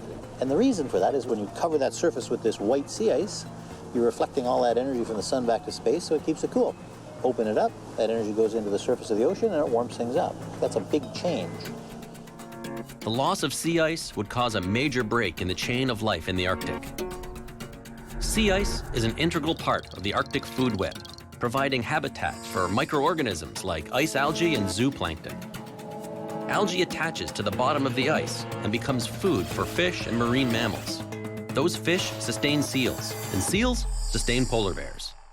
Polar bears are at the top of the food chain, but scientists are predicting that the Hudson Bay population could disappear by 2050. For now, I have the opportunity to observe them up close. It's the one spot in the world where you can see polar bears in the wild, not on the ice, so it's a really unique spot. The bear we tracked this morning moves on, so we can safely collect the sample. Here's the scat. Was able to get the sample and out of there perfectly safely without disturbing the bear, really. Specimen bag? Until they get it to the zoo lab. Perfect. What we find in these samples could provide vital clues to help determine the bear's chance of survival. But getting this close to the bears is dangerous work. So she's coming right towards us. The polar bear has been broken down into 19 different regions that scientists recognize. And of those 19, 10 of them are here in Canada. So it's an excellent place to study polar bears and how climate change is affecting their population. And it's the bears here in western Hudson Bay that are the most at risk of extinction. Their southerly location means they're bearing the brunt of the effects of climate change. Their numbers have declined by 22% since the early 1980s. Over the last 30 years, the amount of time that open water season is in Hudson Bay is now about 4 weeks longer than it used to be. And there was some very dramatic observations of bears in very critical condition because they've had to fast for so long. They're not getting enough energy, and so that creates problems with mortality. In a few weeks' time, temperatures will drop and the ice will start to form on the bay. Hundreds of hungry bears will converge along the shores close to the town of Churchill in anticipation of the coming ice. And for Churchill's Polar Bear Alert program, that's a problem. So the longer it takes for the ice to form on the bay, the busier we are. Oftentimes you'll drive along this road and there will be a bear just right there. Brett Willock is taking me on one of his bear patrols. He's covering a 3-mile perimeter around Churchill, making sure hungry bears don't make it into town. The one last night, it was about 5:30 in the morning where our staff was called and they chased it away. Hundreds of bears gather on the coast, but it's usually the more desperate bears and juveniles that come into town to scavenge for food, bringing them dangerously close to people. When was the last time that someone was actually attacked by a bear and injured? 2 years ago. It can be a terrifying experience. Locals carry arms and avoid walking alone at night. In the most recent attack, 2 people were severely injured by a polar bear in the early hours of the morning. And when you're built right on the coast of Hudson Bay, it happened. Most bears are coaxed away before they make it into town, but some become problem bears, and Brett and his team have to trap and relocate them. He shows me one of his traps. Right now we're only using the one. And how many bears do you trap per year, approximately? It depends on how many bears are around. Yeah. It could be 30 bears, it could be 70 bears. Trapped bears are taken to the holding facility, weighed, tagged, and then relocated. Many are malnourished. Locating high-energy food is key to the survival of the polar bear. The lack of sea ice is forcing some bears to migrate north to colder regions with better ice conditions. Recent DNA evidence found genes of the southern bear in the high Arctic. We can probably expect to see either loss or much lower numbers of polar bears in places like Manitoba, and then maybe higher densities of polar bears in Grise Fiord or places that are really in the high Arctic. But if polar bears can find new food sources, there may be hope for the population here. We head back out along the coast to see more bears and collect more samples. Not far down the beach, we encounter a sow and her cub. The mother and cub keep wandering sort of west along the coastline. Warmer weather for Hudson Bay has another catastrophic impact on females and their cubs. Increased spring rains can collapse their maternity dens, reproduction rates are down, and cub mortality is up for the Hudson Bay bears. Well, you can see the sniffing. Yeah. Now she's coming right into the scent, coming right towards us. She'll never come all the way up. No. Their priority is to keep the cub safe. Bears are opportunists, so curiosity is exceedingly important when finding new food sources. So that is just their nature. They're curious. Always keep a look around. You never know. There could be a bear lying anywhere in the bushes and catching our scent. And you'd never see it until, No. you know? It's as far as she wanted to come. While we observe them walking the tide line, we get lucky. They're both pooping? Both of them pooped simultaneously. It was like a synchronized pooping. We wait till it's safe to go in and get the sample. Really fresh. I'll just mark this. Awesome. On our way back, we see a polar bear finishing off what looks like the remains of a snow goose. We know that a handful of polar bears have been spotted hunting and catching caribou and eating berries as black bears do. But are they making a real transition to more land-based foods, or are these just opportunistic meals? Our next step will provide the answers. We're heading to Winnipeg to have the scat analyzed and find out if the Hudson Bay polar bears can be adapting to a swiftly warming climate. With scat samples in hand, we arrive at the lab at the zoo in Winnipeg to find out if the Hudson Bay polar bear population has a future. Let's take a look at this. We got a bunch. We pull out all the samples for Dr. Peterson and log them. Female. We'll just have to make sure that we switch gloves between samples, just in case we're going to use these for genetic analysis. He loads the first sample into the microscope. There's been lots of discussion about summer food sources, bird species and stuff, so I'm always curious to see if something like that shows up Goose as well. eggs. Yeah. He analyzes and compares each sample. Yeah, pretty consistent. I don't know. It looks much the same as the other ones. The grass? I don't see anything else in there. It's salad, which is totally not what you think of when you think of a bear. Every sample we analyzed was composed of a grass called sedges. The grass gives them liquid, but no nutrients. The longer they eat grass, the more their body condition deteriorates. So the idea that polar bears will be able to adapt to life on land without sea ice is really not practical. No, but we're not going to see all the polar bears shift over to grazing and these other food sources in a short time period. Ultimately, polar bears need to be out on the ice getting seals, and if they're not getting to it or they're getting to it for fewer weeks or fewer months, it's going to have big, population level impact. Without the ability to adapt to new food, the future for many polar bears is looking bleak. At the current rate of climate change, even the most northerly sea ice will melt completely in the summer, and the polar bears will have nowhere left to go.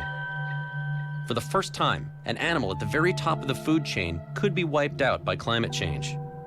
It's up to everyone, individuals, companies, and countries, to continue to reduce the causes of climate change and save the polar bear. Mount Itzasa in northwestern Canada is a member of one of the most elite classes of mountain on the planet. Called glaciovolcanoes, volcanoes that erupt in contact with glaciers.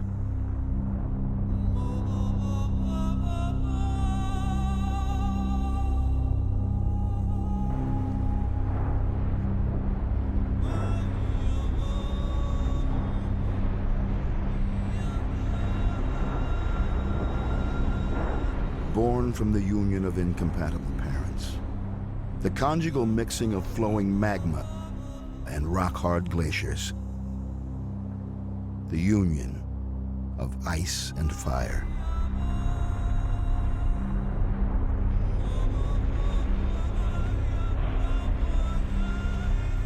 And yet the mountain in its evolution would change the course of early man and incubate from its devastation some of the Earth's most primitive life forms. This is the story of the consequences of joining fire and ice, and the life that sprang from their ashes.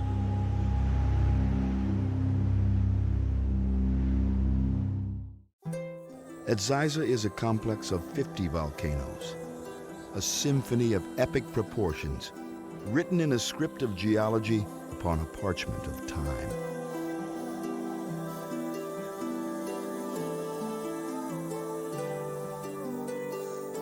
From the escarpment-built layer upon lava flow layers, reaching back across vast basalt aprons, punctuated by volcanic cones, ascending finally to the crowning citadel of stone spires. It is an opus of tranquility and splendor, composed from violence and chaos.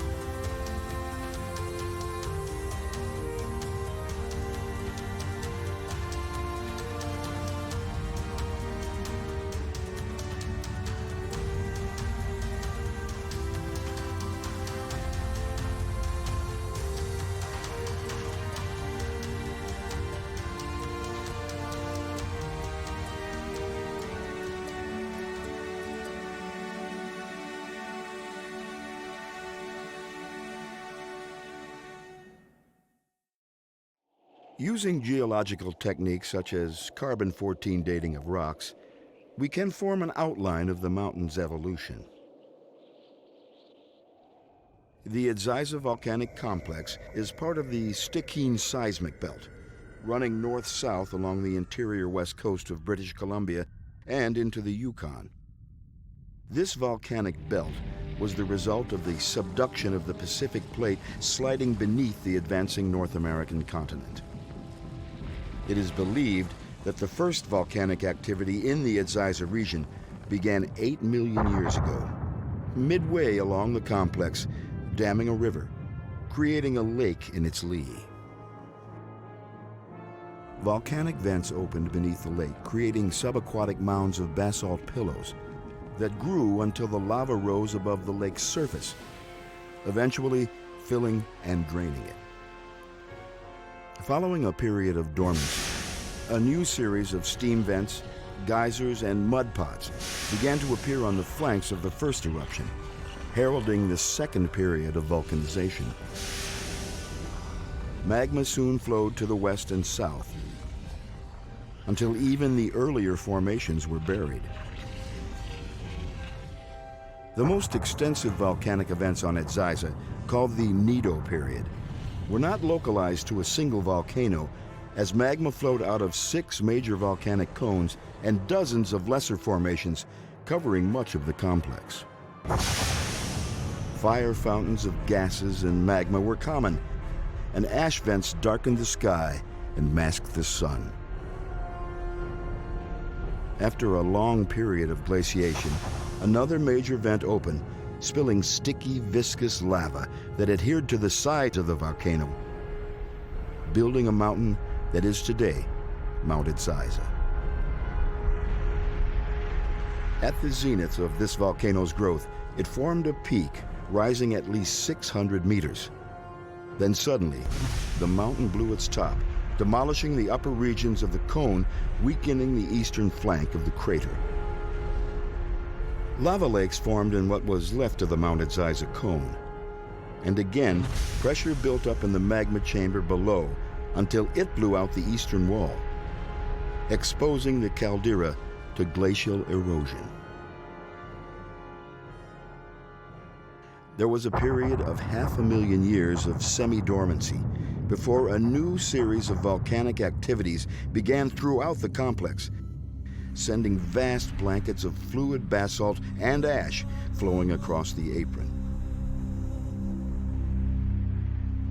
As the lava flows subsided, great cinder cones formed as the parent vent spewed mountains of ash and pumice around the flanks of the Etziza complex.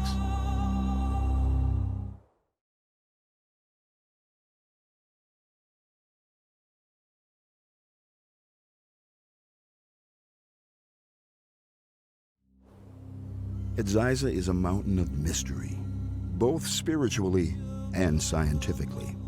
And though we have learned much about its origins, there are still intriguing questions about what happens when nature mixes fire and ice. Is it possible, for example, that some forms of life actually flourish because of this combination? Mount Etziza obsidian is thought to be some of the best in the world. Is it possible to fingerprint it by using advanced technology to map native trade trails from their source to the far reaches of the artifact's journey? Also, although the surrounding mountains are granite, the Etziza complex is a mountain of glass, raising the question why. What is it about the consistency of its subterranean magma vaults that creates a landscape so unique? To address these questions, a diverse team of scientists made up of a volcanologist, archaeologists, and even a lichenologist converged upon this volcanic complex to look for answers. It is not the way that lava flows, but the way it cools that changes landscapes. By studying the way lava cools, we can understand the details of the mountain's evolution. Ben Edwards is a volcanologist who has studied around the world the bizarre consequences of mixing fire and ice. One of the things we have to have happen before a volcano can erupt is we have to find a way to get the liquid rock, the magma, up to the surface to form a lava flow. And one of the most common ways that happens is that the earth actually cracks open, and then the magma or liquid rock can come up through the fracture. And here at Pillow Ridge, we have some really spectacular examples of that. So this wall of rock right next to me looks like it's a vertical face. But as you look in this direction and down in this direction, you can see it's continuous. And this is something that we call in geology a dike. It's a fracture that's opened up it's cut through the layering in the rocks, and it's vertically transporting liquid rock up to the surface to form pillow lavas or lava flows. A lot of times when a volcano erupts, we think about the volcano shaping the surface of the earth. And what you don't always think about is that actually sometimes the surface of the earth affects the volcano when it erupts. And so if you go to the ocean floor, or if you go to Hawaii where lava flows are coming into the water, we actually find a special kind of lava that is recording the fact that the lava is going into water. And that's called a pillow lava. So you might wonder why we're talking about pillow lavas up here at 7,000 plus feet above elevation on the north flank of Mount Ziza, because certainly we're a long ways from water, at least that's what you'd think. But this is actually a pillow lava. And this is a pillow lava, just like the ones that are in the ocean floor or off the coast of Hawaii that formed into water. And how did a pillow lava get here? We're so far above the water, this is a mystery about the volcano. And there's really only one way that you can get water up this high, and that is to have ice around. Because when you have a glacier, even if you're up this high, if you melt the glacier, it can form a lake. A new vent opened, and hot magma ate away at the glacier cap, producing a lake out of which an elongated ridge called a pillow ridge formed beneath the lake. Now, pillow lavas, when they go into water, because the water makes the lava cool faster, the lava tends to take a shape that's more rounded. And it actually, a pillow lava is almost like a tube of lava that's going out into the water. And the very edge of the tube is covered by volcanic glass because it cools in such a way that crystals can't form before it solidifies. This is a typical cross-section through pillow lava, and it shows us lots of things about what was happening during the course of the eruption. Most lavas, to get to the surface of the earth, they have to have some gas in them, and that's one of the ways that they can come up to the earth's surface. And as they get closer to the earth's surface, it's sort of like taking a bottle of soda and slowly unscrewing the lid. You can hear the hiss of the gas that's being released. Well, in lava, the same thing happens. When it's down deep in the earth, we call it magma, and it's got gas in it, and as it comes closer and closer to the surface, it's sort of like you're slowly unscrewing the bottle on your soda, and gas starts to leak out. Now, some of that gas actually comes to the surface, and that's one of the ways you can monitor active volcanoes. You can actually detect the gas that's coming out even while the lava is down deep below. We can actually record some of the changes in pressure as this lava pillow came into water and then stopped and slowly cooled and crystallized, because you can see these rings of bubbles that formed at different times as the magma was slowly cooling from this outer edge, which actually has a thin rind of volcanic glass, up into the middle. Now this pillow is actually very, very interesting because the pillow lavas actually act as tubes for more lava to flow through them so it can go out further in the water. And you can see a couple of interesting things in this one. There's actually a hollow. I can stick my hand way back up in here. And what that means is this pillow tube acted like a conduit for lava to keep flowing through, and in the end, when this solidified, it wasn't filled with lava. So some of the lava had drained out and it left this lava tube inside. Besides forming melt lakes that alter the way lava cools, glaciers also influence volcanic activity by their sheer weight.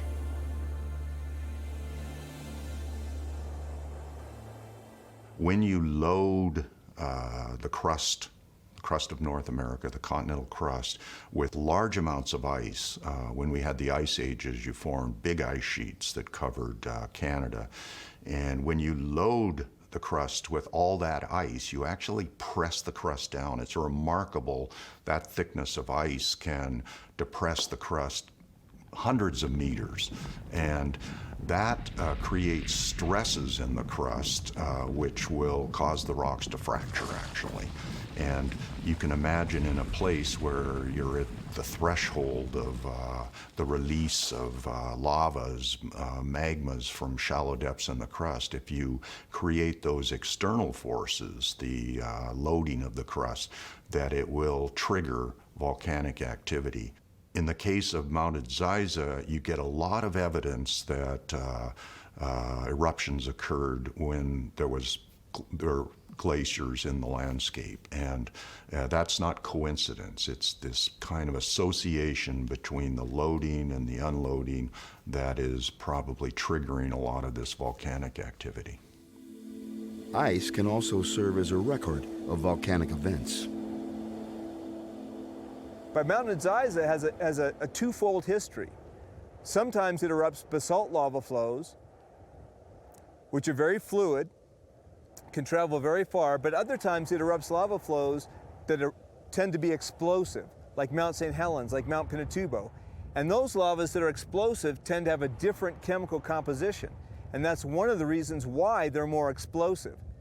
And Mount Adziza has a history with at least 5 different episodes where you had basaltic eruptions forming large lava flows that filled valleys, followed by lava flows that were much thicker, didn't travel as far, and sometimes were explosive. Another key to unlocking the mysteries of Mount Adziza's evolution is written on the glaciers themselves. So ice can preserve records of volcanism. And one of the ways it can happen is that when a volcano erupts and produces an ash layer that covers the ice, more snow falls on top of the ash, and then the ash gets trapped inside the ice. And we see this in lots of places in the world. So that may well be what we're seeing in at least some of the layers in this stranded chunk of ice here in this moraine. Some of the layers may be layers of ash that are recording explosive eruptions that happened in the history of the volcano, the most recent history. So for example, when you look around this terrain, this is very classic for what we call ground moraine. It's material that would have melted out of a glacier as the glacier was slowly retreating back up to the mountain. But this ground moraine is special and kind of interesting because it actually still has some ice. So if we look across at the wall behind me, all of these lineations that you see in the ice are layers of dirt that formed on the surface of the ice and then were buried by more snow, which turned eventually to ice. One of the special things about this particular ground moraine is that it holds clues to a very important part of the volcanic history of Mount Adziza. Many of the eruptions at Mount Adziza produced lava flows and maybe small fire fountain eruptions like we see in Hawaii, where you may get ash and tephra thrown into the air for maybe a kilometer, maybe less. But we know from looking at the ground around us and the material in that ice that Mount Adziza sometimes doesn't erupt in a passive way like Hawaii. And sometimes it actually has explosive eruptions where rocks get shot up into the air for 5, 10, even 15 kilometers.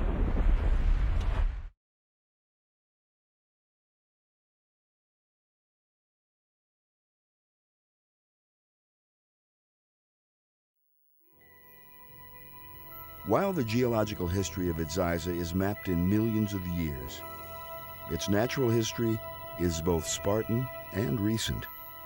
Wildlife on the complex is infrequent and often limited to a few nannies with kids finding sanctuary in the basalt cliffs, or a cow, caribou, and calf on the vast isolated pumice plains where predators can be seen kilometers away.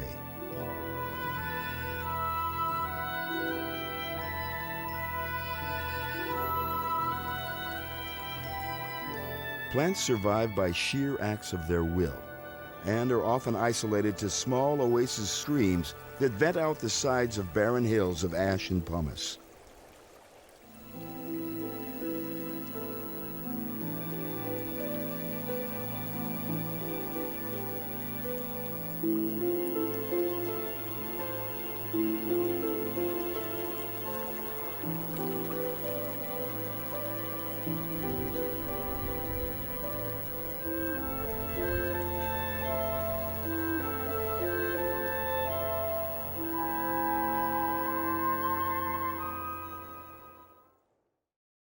Human history on Mount Adziza has been confined to the last few thousand years, and it is believed that early migration routes of the hunter-gatherer passed along the west flank of Mount Adziza, leading to the first discovery of the mountain's obsidian sites.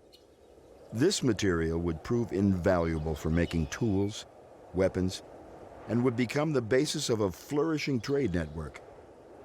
For suddenly, Paleolithic man had a substance so sharp that it could pierce even the toughest of animal hides. The first Europeans to venture into the Northwest came with the discovery of gold in the surrounding Cassiar Mountains in the mid-1800s. In 1866, the Collins Telegraph line to connect North America with Europe was strung through Edziza's Raspberry Pass. The line never reached Russia due to the successful completion of the transatlantic cable. In 1972, the Mount Edziza volcanic complex was made into a provincial wilderness park. There are no services available, requiring backpackers to be self-sufficient and carry both food and shelter for treks that range from 5 to 10 days. Access to the park is by float plane to one of the 3 trailheads. Buckley Lake at the north end of the complex, Modaddy Lake midway along the eastern side, and Little Ball Lake at the southern extremity. Starting at Buckley Lake, the first section of the trail serpentines through a vast labyrinth of lava beds less than 2,000 years old. Uneroded by glaciers, it is the landscape of cinder cones and gargoyle gardens.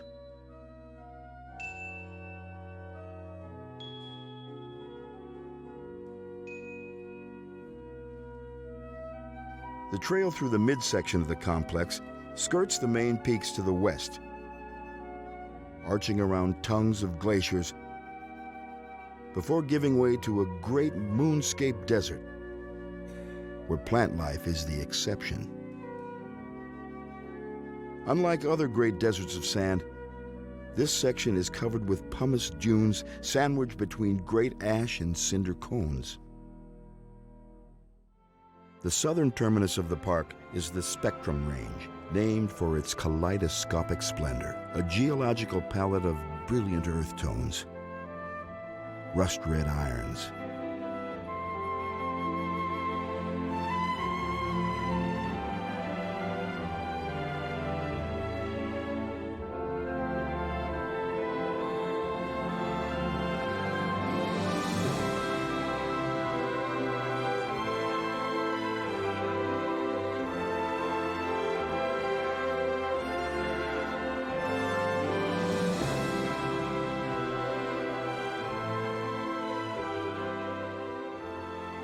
The iconic jewel in the cluster of volcanic brilliance is Kumagoo Mountain, towering above Little Ball Lake.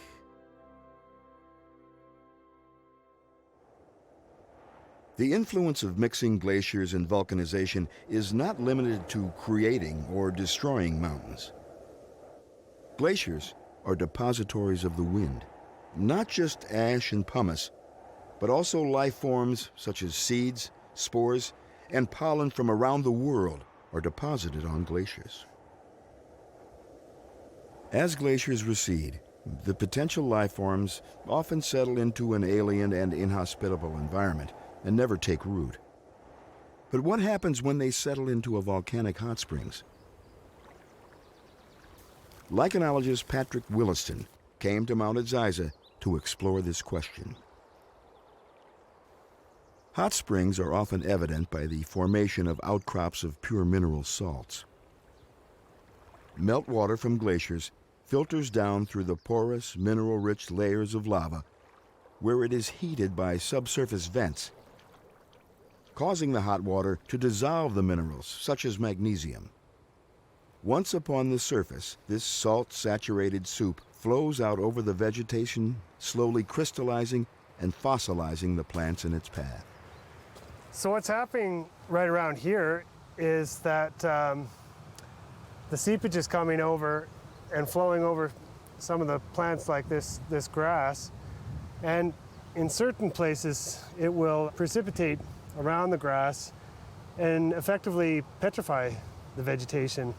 So you have this, in this case, a sedge. It looks like a sedge that's now turned to stone. So what we have here is some recent mineralization on the actual stems of the monkey flower. So the monkey flower is laying down and getting coated in the minerals, and then the plants perish, leaving behind what is effectively petrified plant remains right there. So these stems have just laid down, and already some of them are turning into stone right here. But the real miracle of volcanic hot springs is the amazing life that emerges from them.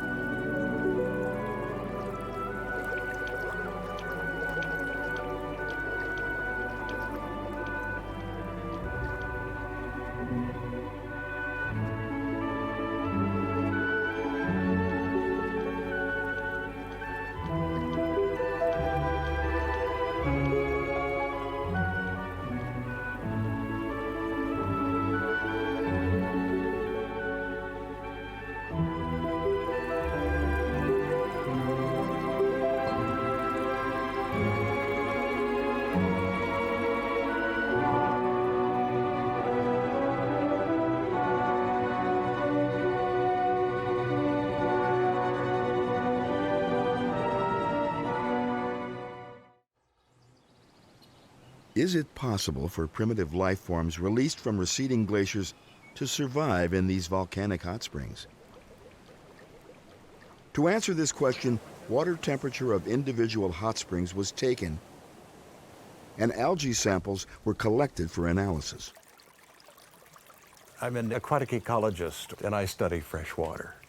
And my PhD thesis in university was on a thermal spring, and I learned a lot about thermal tolerance of small living algae.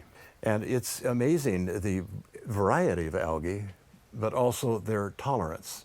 Each algae species has a specific range of temperature tolerance. If you take them and you put them in cold water, they probably would not survive. They are specifically thermophilic, which means they've grown over centuries, millennia, millions of years in a thermal environment and are adapted to that. The algae that have been identified from there, when I looked at them, the list, they were algae not from lakes, but they were algae from generally a very warm climate and a very high thermal tolerance. The question of how do algae get to where they can live, and what if they land in a hostile environment and don't survive? Algae have many means of transportation. They are mobile. That's important. How did they get to these hot springs? Well, they had to have come probably by air, aerial invasion. It seems to me that we have algae that can survive being frozen in glaciers. We have algae that can survive nearly 50 to 60 degrees Celsius in hot springs. Why shouldn't they be able to survive in the jet stream? We have found them under ice in the Antarctic, in the Arctic. It was the early divers that risked the cold to go and look up at the ice layer from below that were amazed at the beautiful green glow of the ice and the algae growing there. I cite this as an example of just how extremely variable algae are in all types of environment, whether it be seawater, fresh lakes, hot springs, air. They have a unique ability to survive. So it's not surprising to me in Mount Edzaiza that to see living algae at hot springs that you recorded a temperature of 50 degrees Celsius. It's not surprising at all, because they are extremely resistant to both cold, to burial without oxygen, and of course to high temperature. It's entirely possible that the algae were brought to the mountain during glacial recession, and I see absolutely no reason that you should then have a viable population of photosynthetic algae in these springs. As I was looking over the list of the species that occur in all of the samples from your hot springs, I'm not surprised. The most dominant and abundant are the most primitive. I was a little surprised by the diversity of diatoms, the uniqueness of this environment, and what is seemingly such a hostile environment. With the diversity I see here is very surprising indeed. Among the diversity of algae discovered in the volcanic hot springs was one rare species from the far Himalaya and another species from Southern California.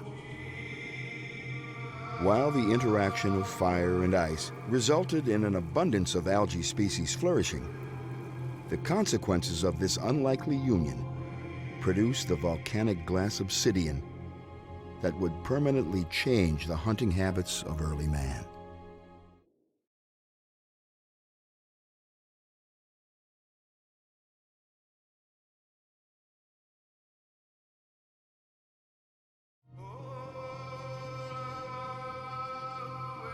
My English name is Oscar James Dennis. That's what I'm registered as in Canada. And we're sitting on this dot.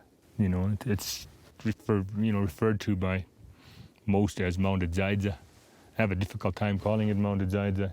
It's a disda, and a disda refers to some of the areas where you have the cones and you have the hollowness underneath from the lava flows, and the surface solidified.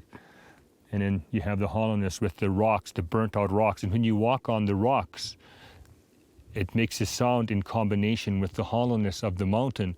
And that's what this da refers to. It refers to the crunch and the hollow combined. The thing that amazes me about this all the outcrops and wherever you see this obsidian scattered all over the ground is, the thing that amazes me is that you tend to think that it's all over, like this place is just like this, but it's not. There's only the only place you find these is near the pipes, and there's one right over here. And that's what fascinates me about this area. And you look around. One of the things that one of my grandmothers told me when I was a young man, she told me that in order for anyone to come onto this mountain, they would have to go through 8 months of ritual, celibacy, 8 months of celibacy within the ritual. And it involved sleeping on one side for 4 months, sleeping on the other side for the other 4 months. And every morning you would cleanse and you would bathe, and in preparation for your trek onto this mountain.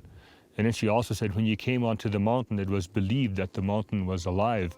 So therefore, whenever you were coming to a pipe, like one of these pipes, you would have to approach it from downwind, like an animal. You couldn't approach it from upwind. And once you get to the obsidian, there was you would harvest it, but you notice there's flakes, like there's worked flakes wherever you look. And the reason why there's all these worked flakes is because they had to carry it down by dog pack or by, they had to carry it themselves. So to carry a huge piece like this wouldn't be very strategic, because you could only carry so many pieces like this. So what they would do is they would work the pieces down to not to finished products, or maybe in some cases they did, but a lot of the times they would just work it down to manageable pieces, and then they would take it down. The way this is worked is they use antler, and there's 3 stages. I don't have the second tool. The third tool is when you get it down to a blade, then you have to switch from using these antlers. This is taken from a moose horn. So when you're using this tool, you don't hold it like tightly like this and bang the glass. You don't do that. You allow this to drop. It's sort of like you're allowing it to free fall, but you could also put pressure and also velocity to it. So I would leave it on my lap in my hand, and then I would let it drop. So that's why this is bigger. Then when it gets to a certain point, when I break it down to a certain point, I would switch weights. So this is a lighter piece. So then I would switch to this weight, and then I would keep striking it and control the brake. So that's how it works. This is a biface. It's an artifact that was made by my grandfather. It was found by my uncle. He passed away last year. He was in his, I think, 85, almost 90. And he gave this to me when he found that I was interested in doing this. So this has been worked, and you see how that center line is down the center? Well, I got this piece on this side almost centered. Once I have it centered like this, then I just need to remove axis. So I almost have this, and this is a blank. So this is a biface, this is a blank, and this is a core. See that? Look at this. So that's how you carve it down. The thing that really, the thing that just dawned on me doing this up here, I'm adding these flakes that I've worked is going to be left up here for the next 10,000 years. I'll always know that. I have a piece of rock in my bag, but it doesn't really matter. This creates a surface for you to hit when you do that. And you see how there's this indentation here, and it makes the line go this way. It's real nice when that happens because here's a lump here that needs to come off. And then you take it off, and you just take it off like that, and that lump's gone, you see. Here's this huge hump here, but I have to take this off before I could get at this. Then you switch it around. You take that off like that. That was beautiful. You know, if you hold those blades up to the sunlight, it would show this real nice green hue, and that was the way that they used to identify this obsidian. This dot, it's Deltan.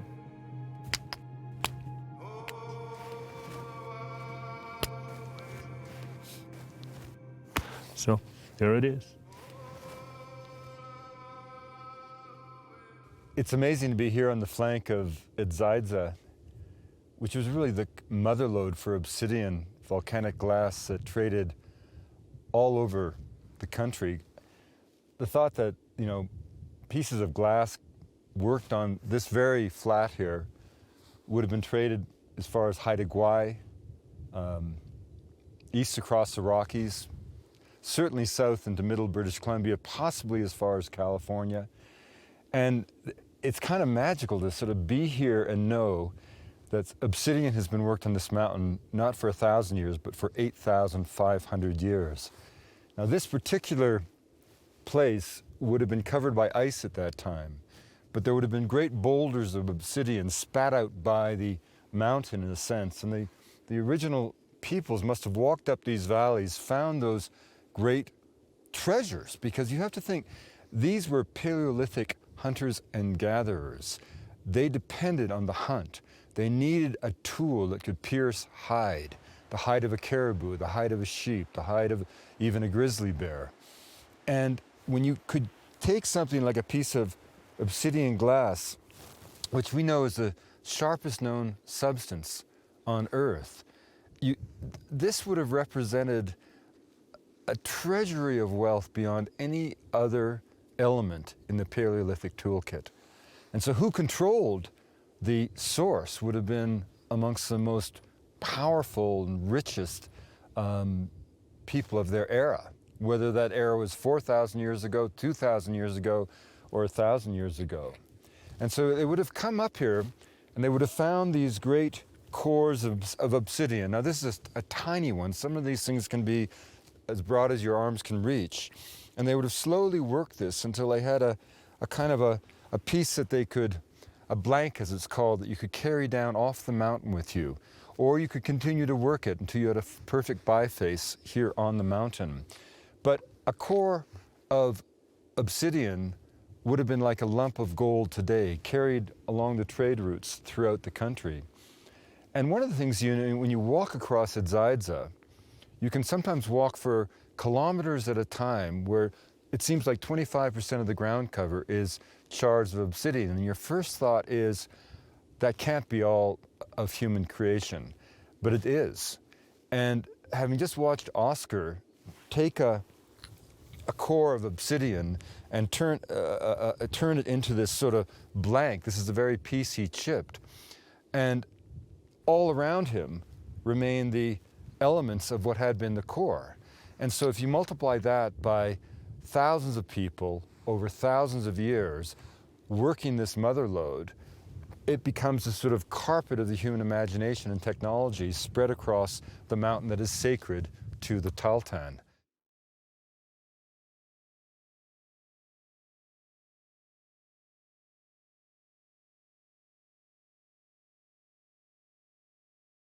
The second question about the intersection of ice and fire that the team of scientists focused upon was the distribution of obsidian by native cultures. To determine just how far Edsiza obsidian was traded, Dr. Rudy Reimer brought an advanced detection device called X-ray fluorescence to the mountain to capture Edsiza obsidian's unique fingerprint. We're here at Mount Edsiza looking and hunting for obsidian. And this place, Mount Edsiza, is an incredible, large, and very culturally important source of this volcanic glass. What makes Mount Edsiza obsidian so unique is that there are multiple flows all throughout the volcanic complex that we can analyze with our portable X-ray fluorescence instrument here. And this allows us to do this analysis in the field and apply it elsewhere in our research to understand the broader scale in which this material was distributed.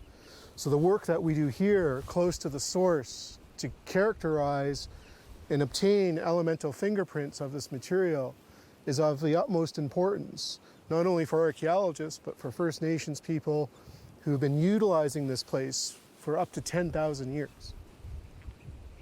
So one of the advantages of newer technology, such as this portable XRF handheld unit, is that we can bring the instrument into the field. And this is opposed to 20, 30 years ago, where we had to come out on long expeditions, collect a large number of samples, pack them out, and bring them back to our labs. And many of those analyses took a long time. The computing power wasn't as good as it is nowadays. And in other techniques, it would destroy the artifact. The benefits we have now is that it's portable, quick, and non-destructive. So we can do mass analysis either in the lab or here in the field. So now we're going to do a test on this large boulder of obsidian to be able to compare its chemical signature to other samples throughout the volcanic complex.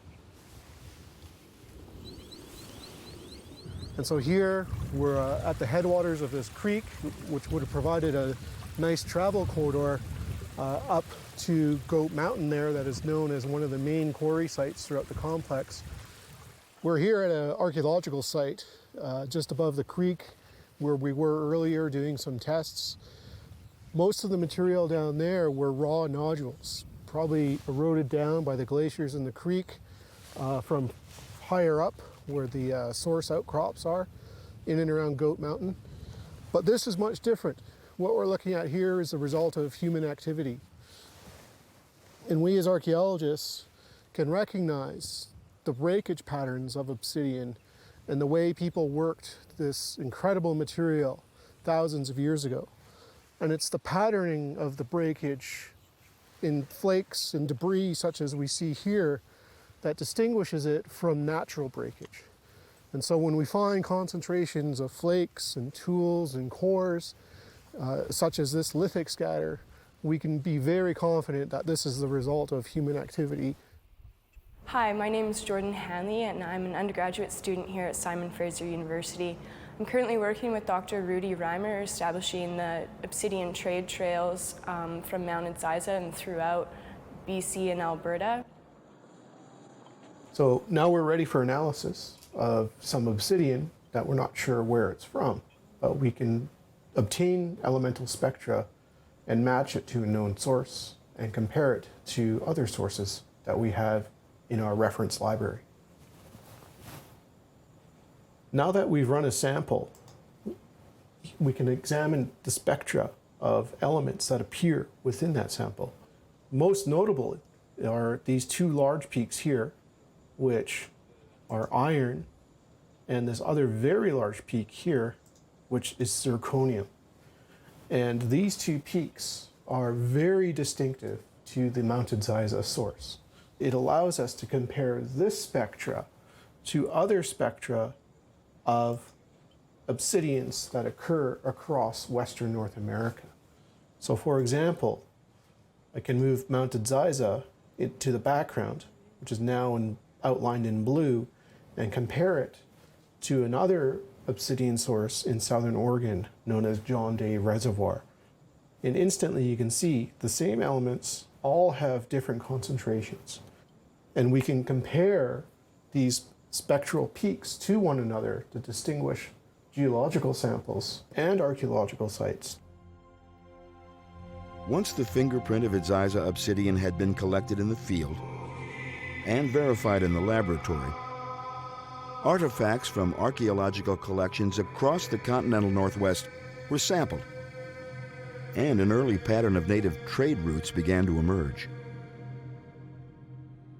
Past geochemical studies have established that the obsidian is in northern Alberta, all the way up to Yukon and Alaska, throughout interior and central BC, and all the way down the coast. So we hope to expand those understandings of that distribution. The story of Mounted Ziza is the story of flow. Water flows just as glaciers flow. Rocks turn to fluid lava rivers. Superheated steam flows out of the volcanic vents.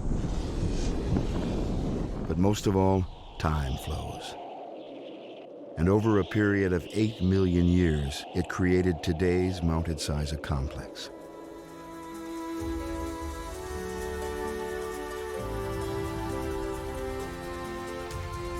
To enter the heart of the caldera, to take its pulse, understand its soul, one soon realizes that they are the solitary soul. The sole speck of life in an ancient cathedral.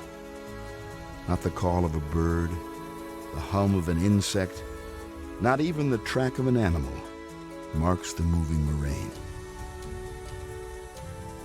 And yet here, in the heart of the Mountain King, surrounded by towering walls of breathless beauty,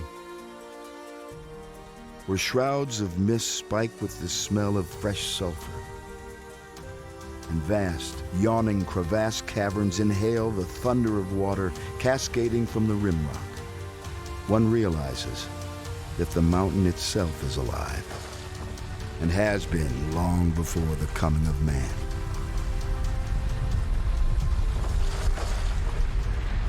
But what is the mountain's future? Presently, it is semi-dormant, but it is certainly not dead.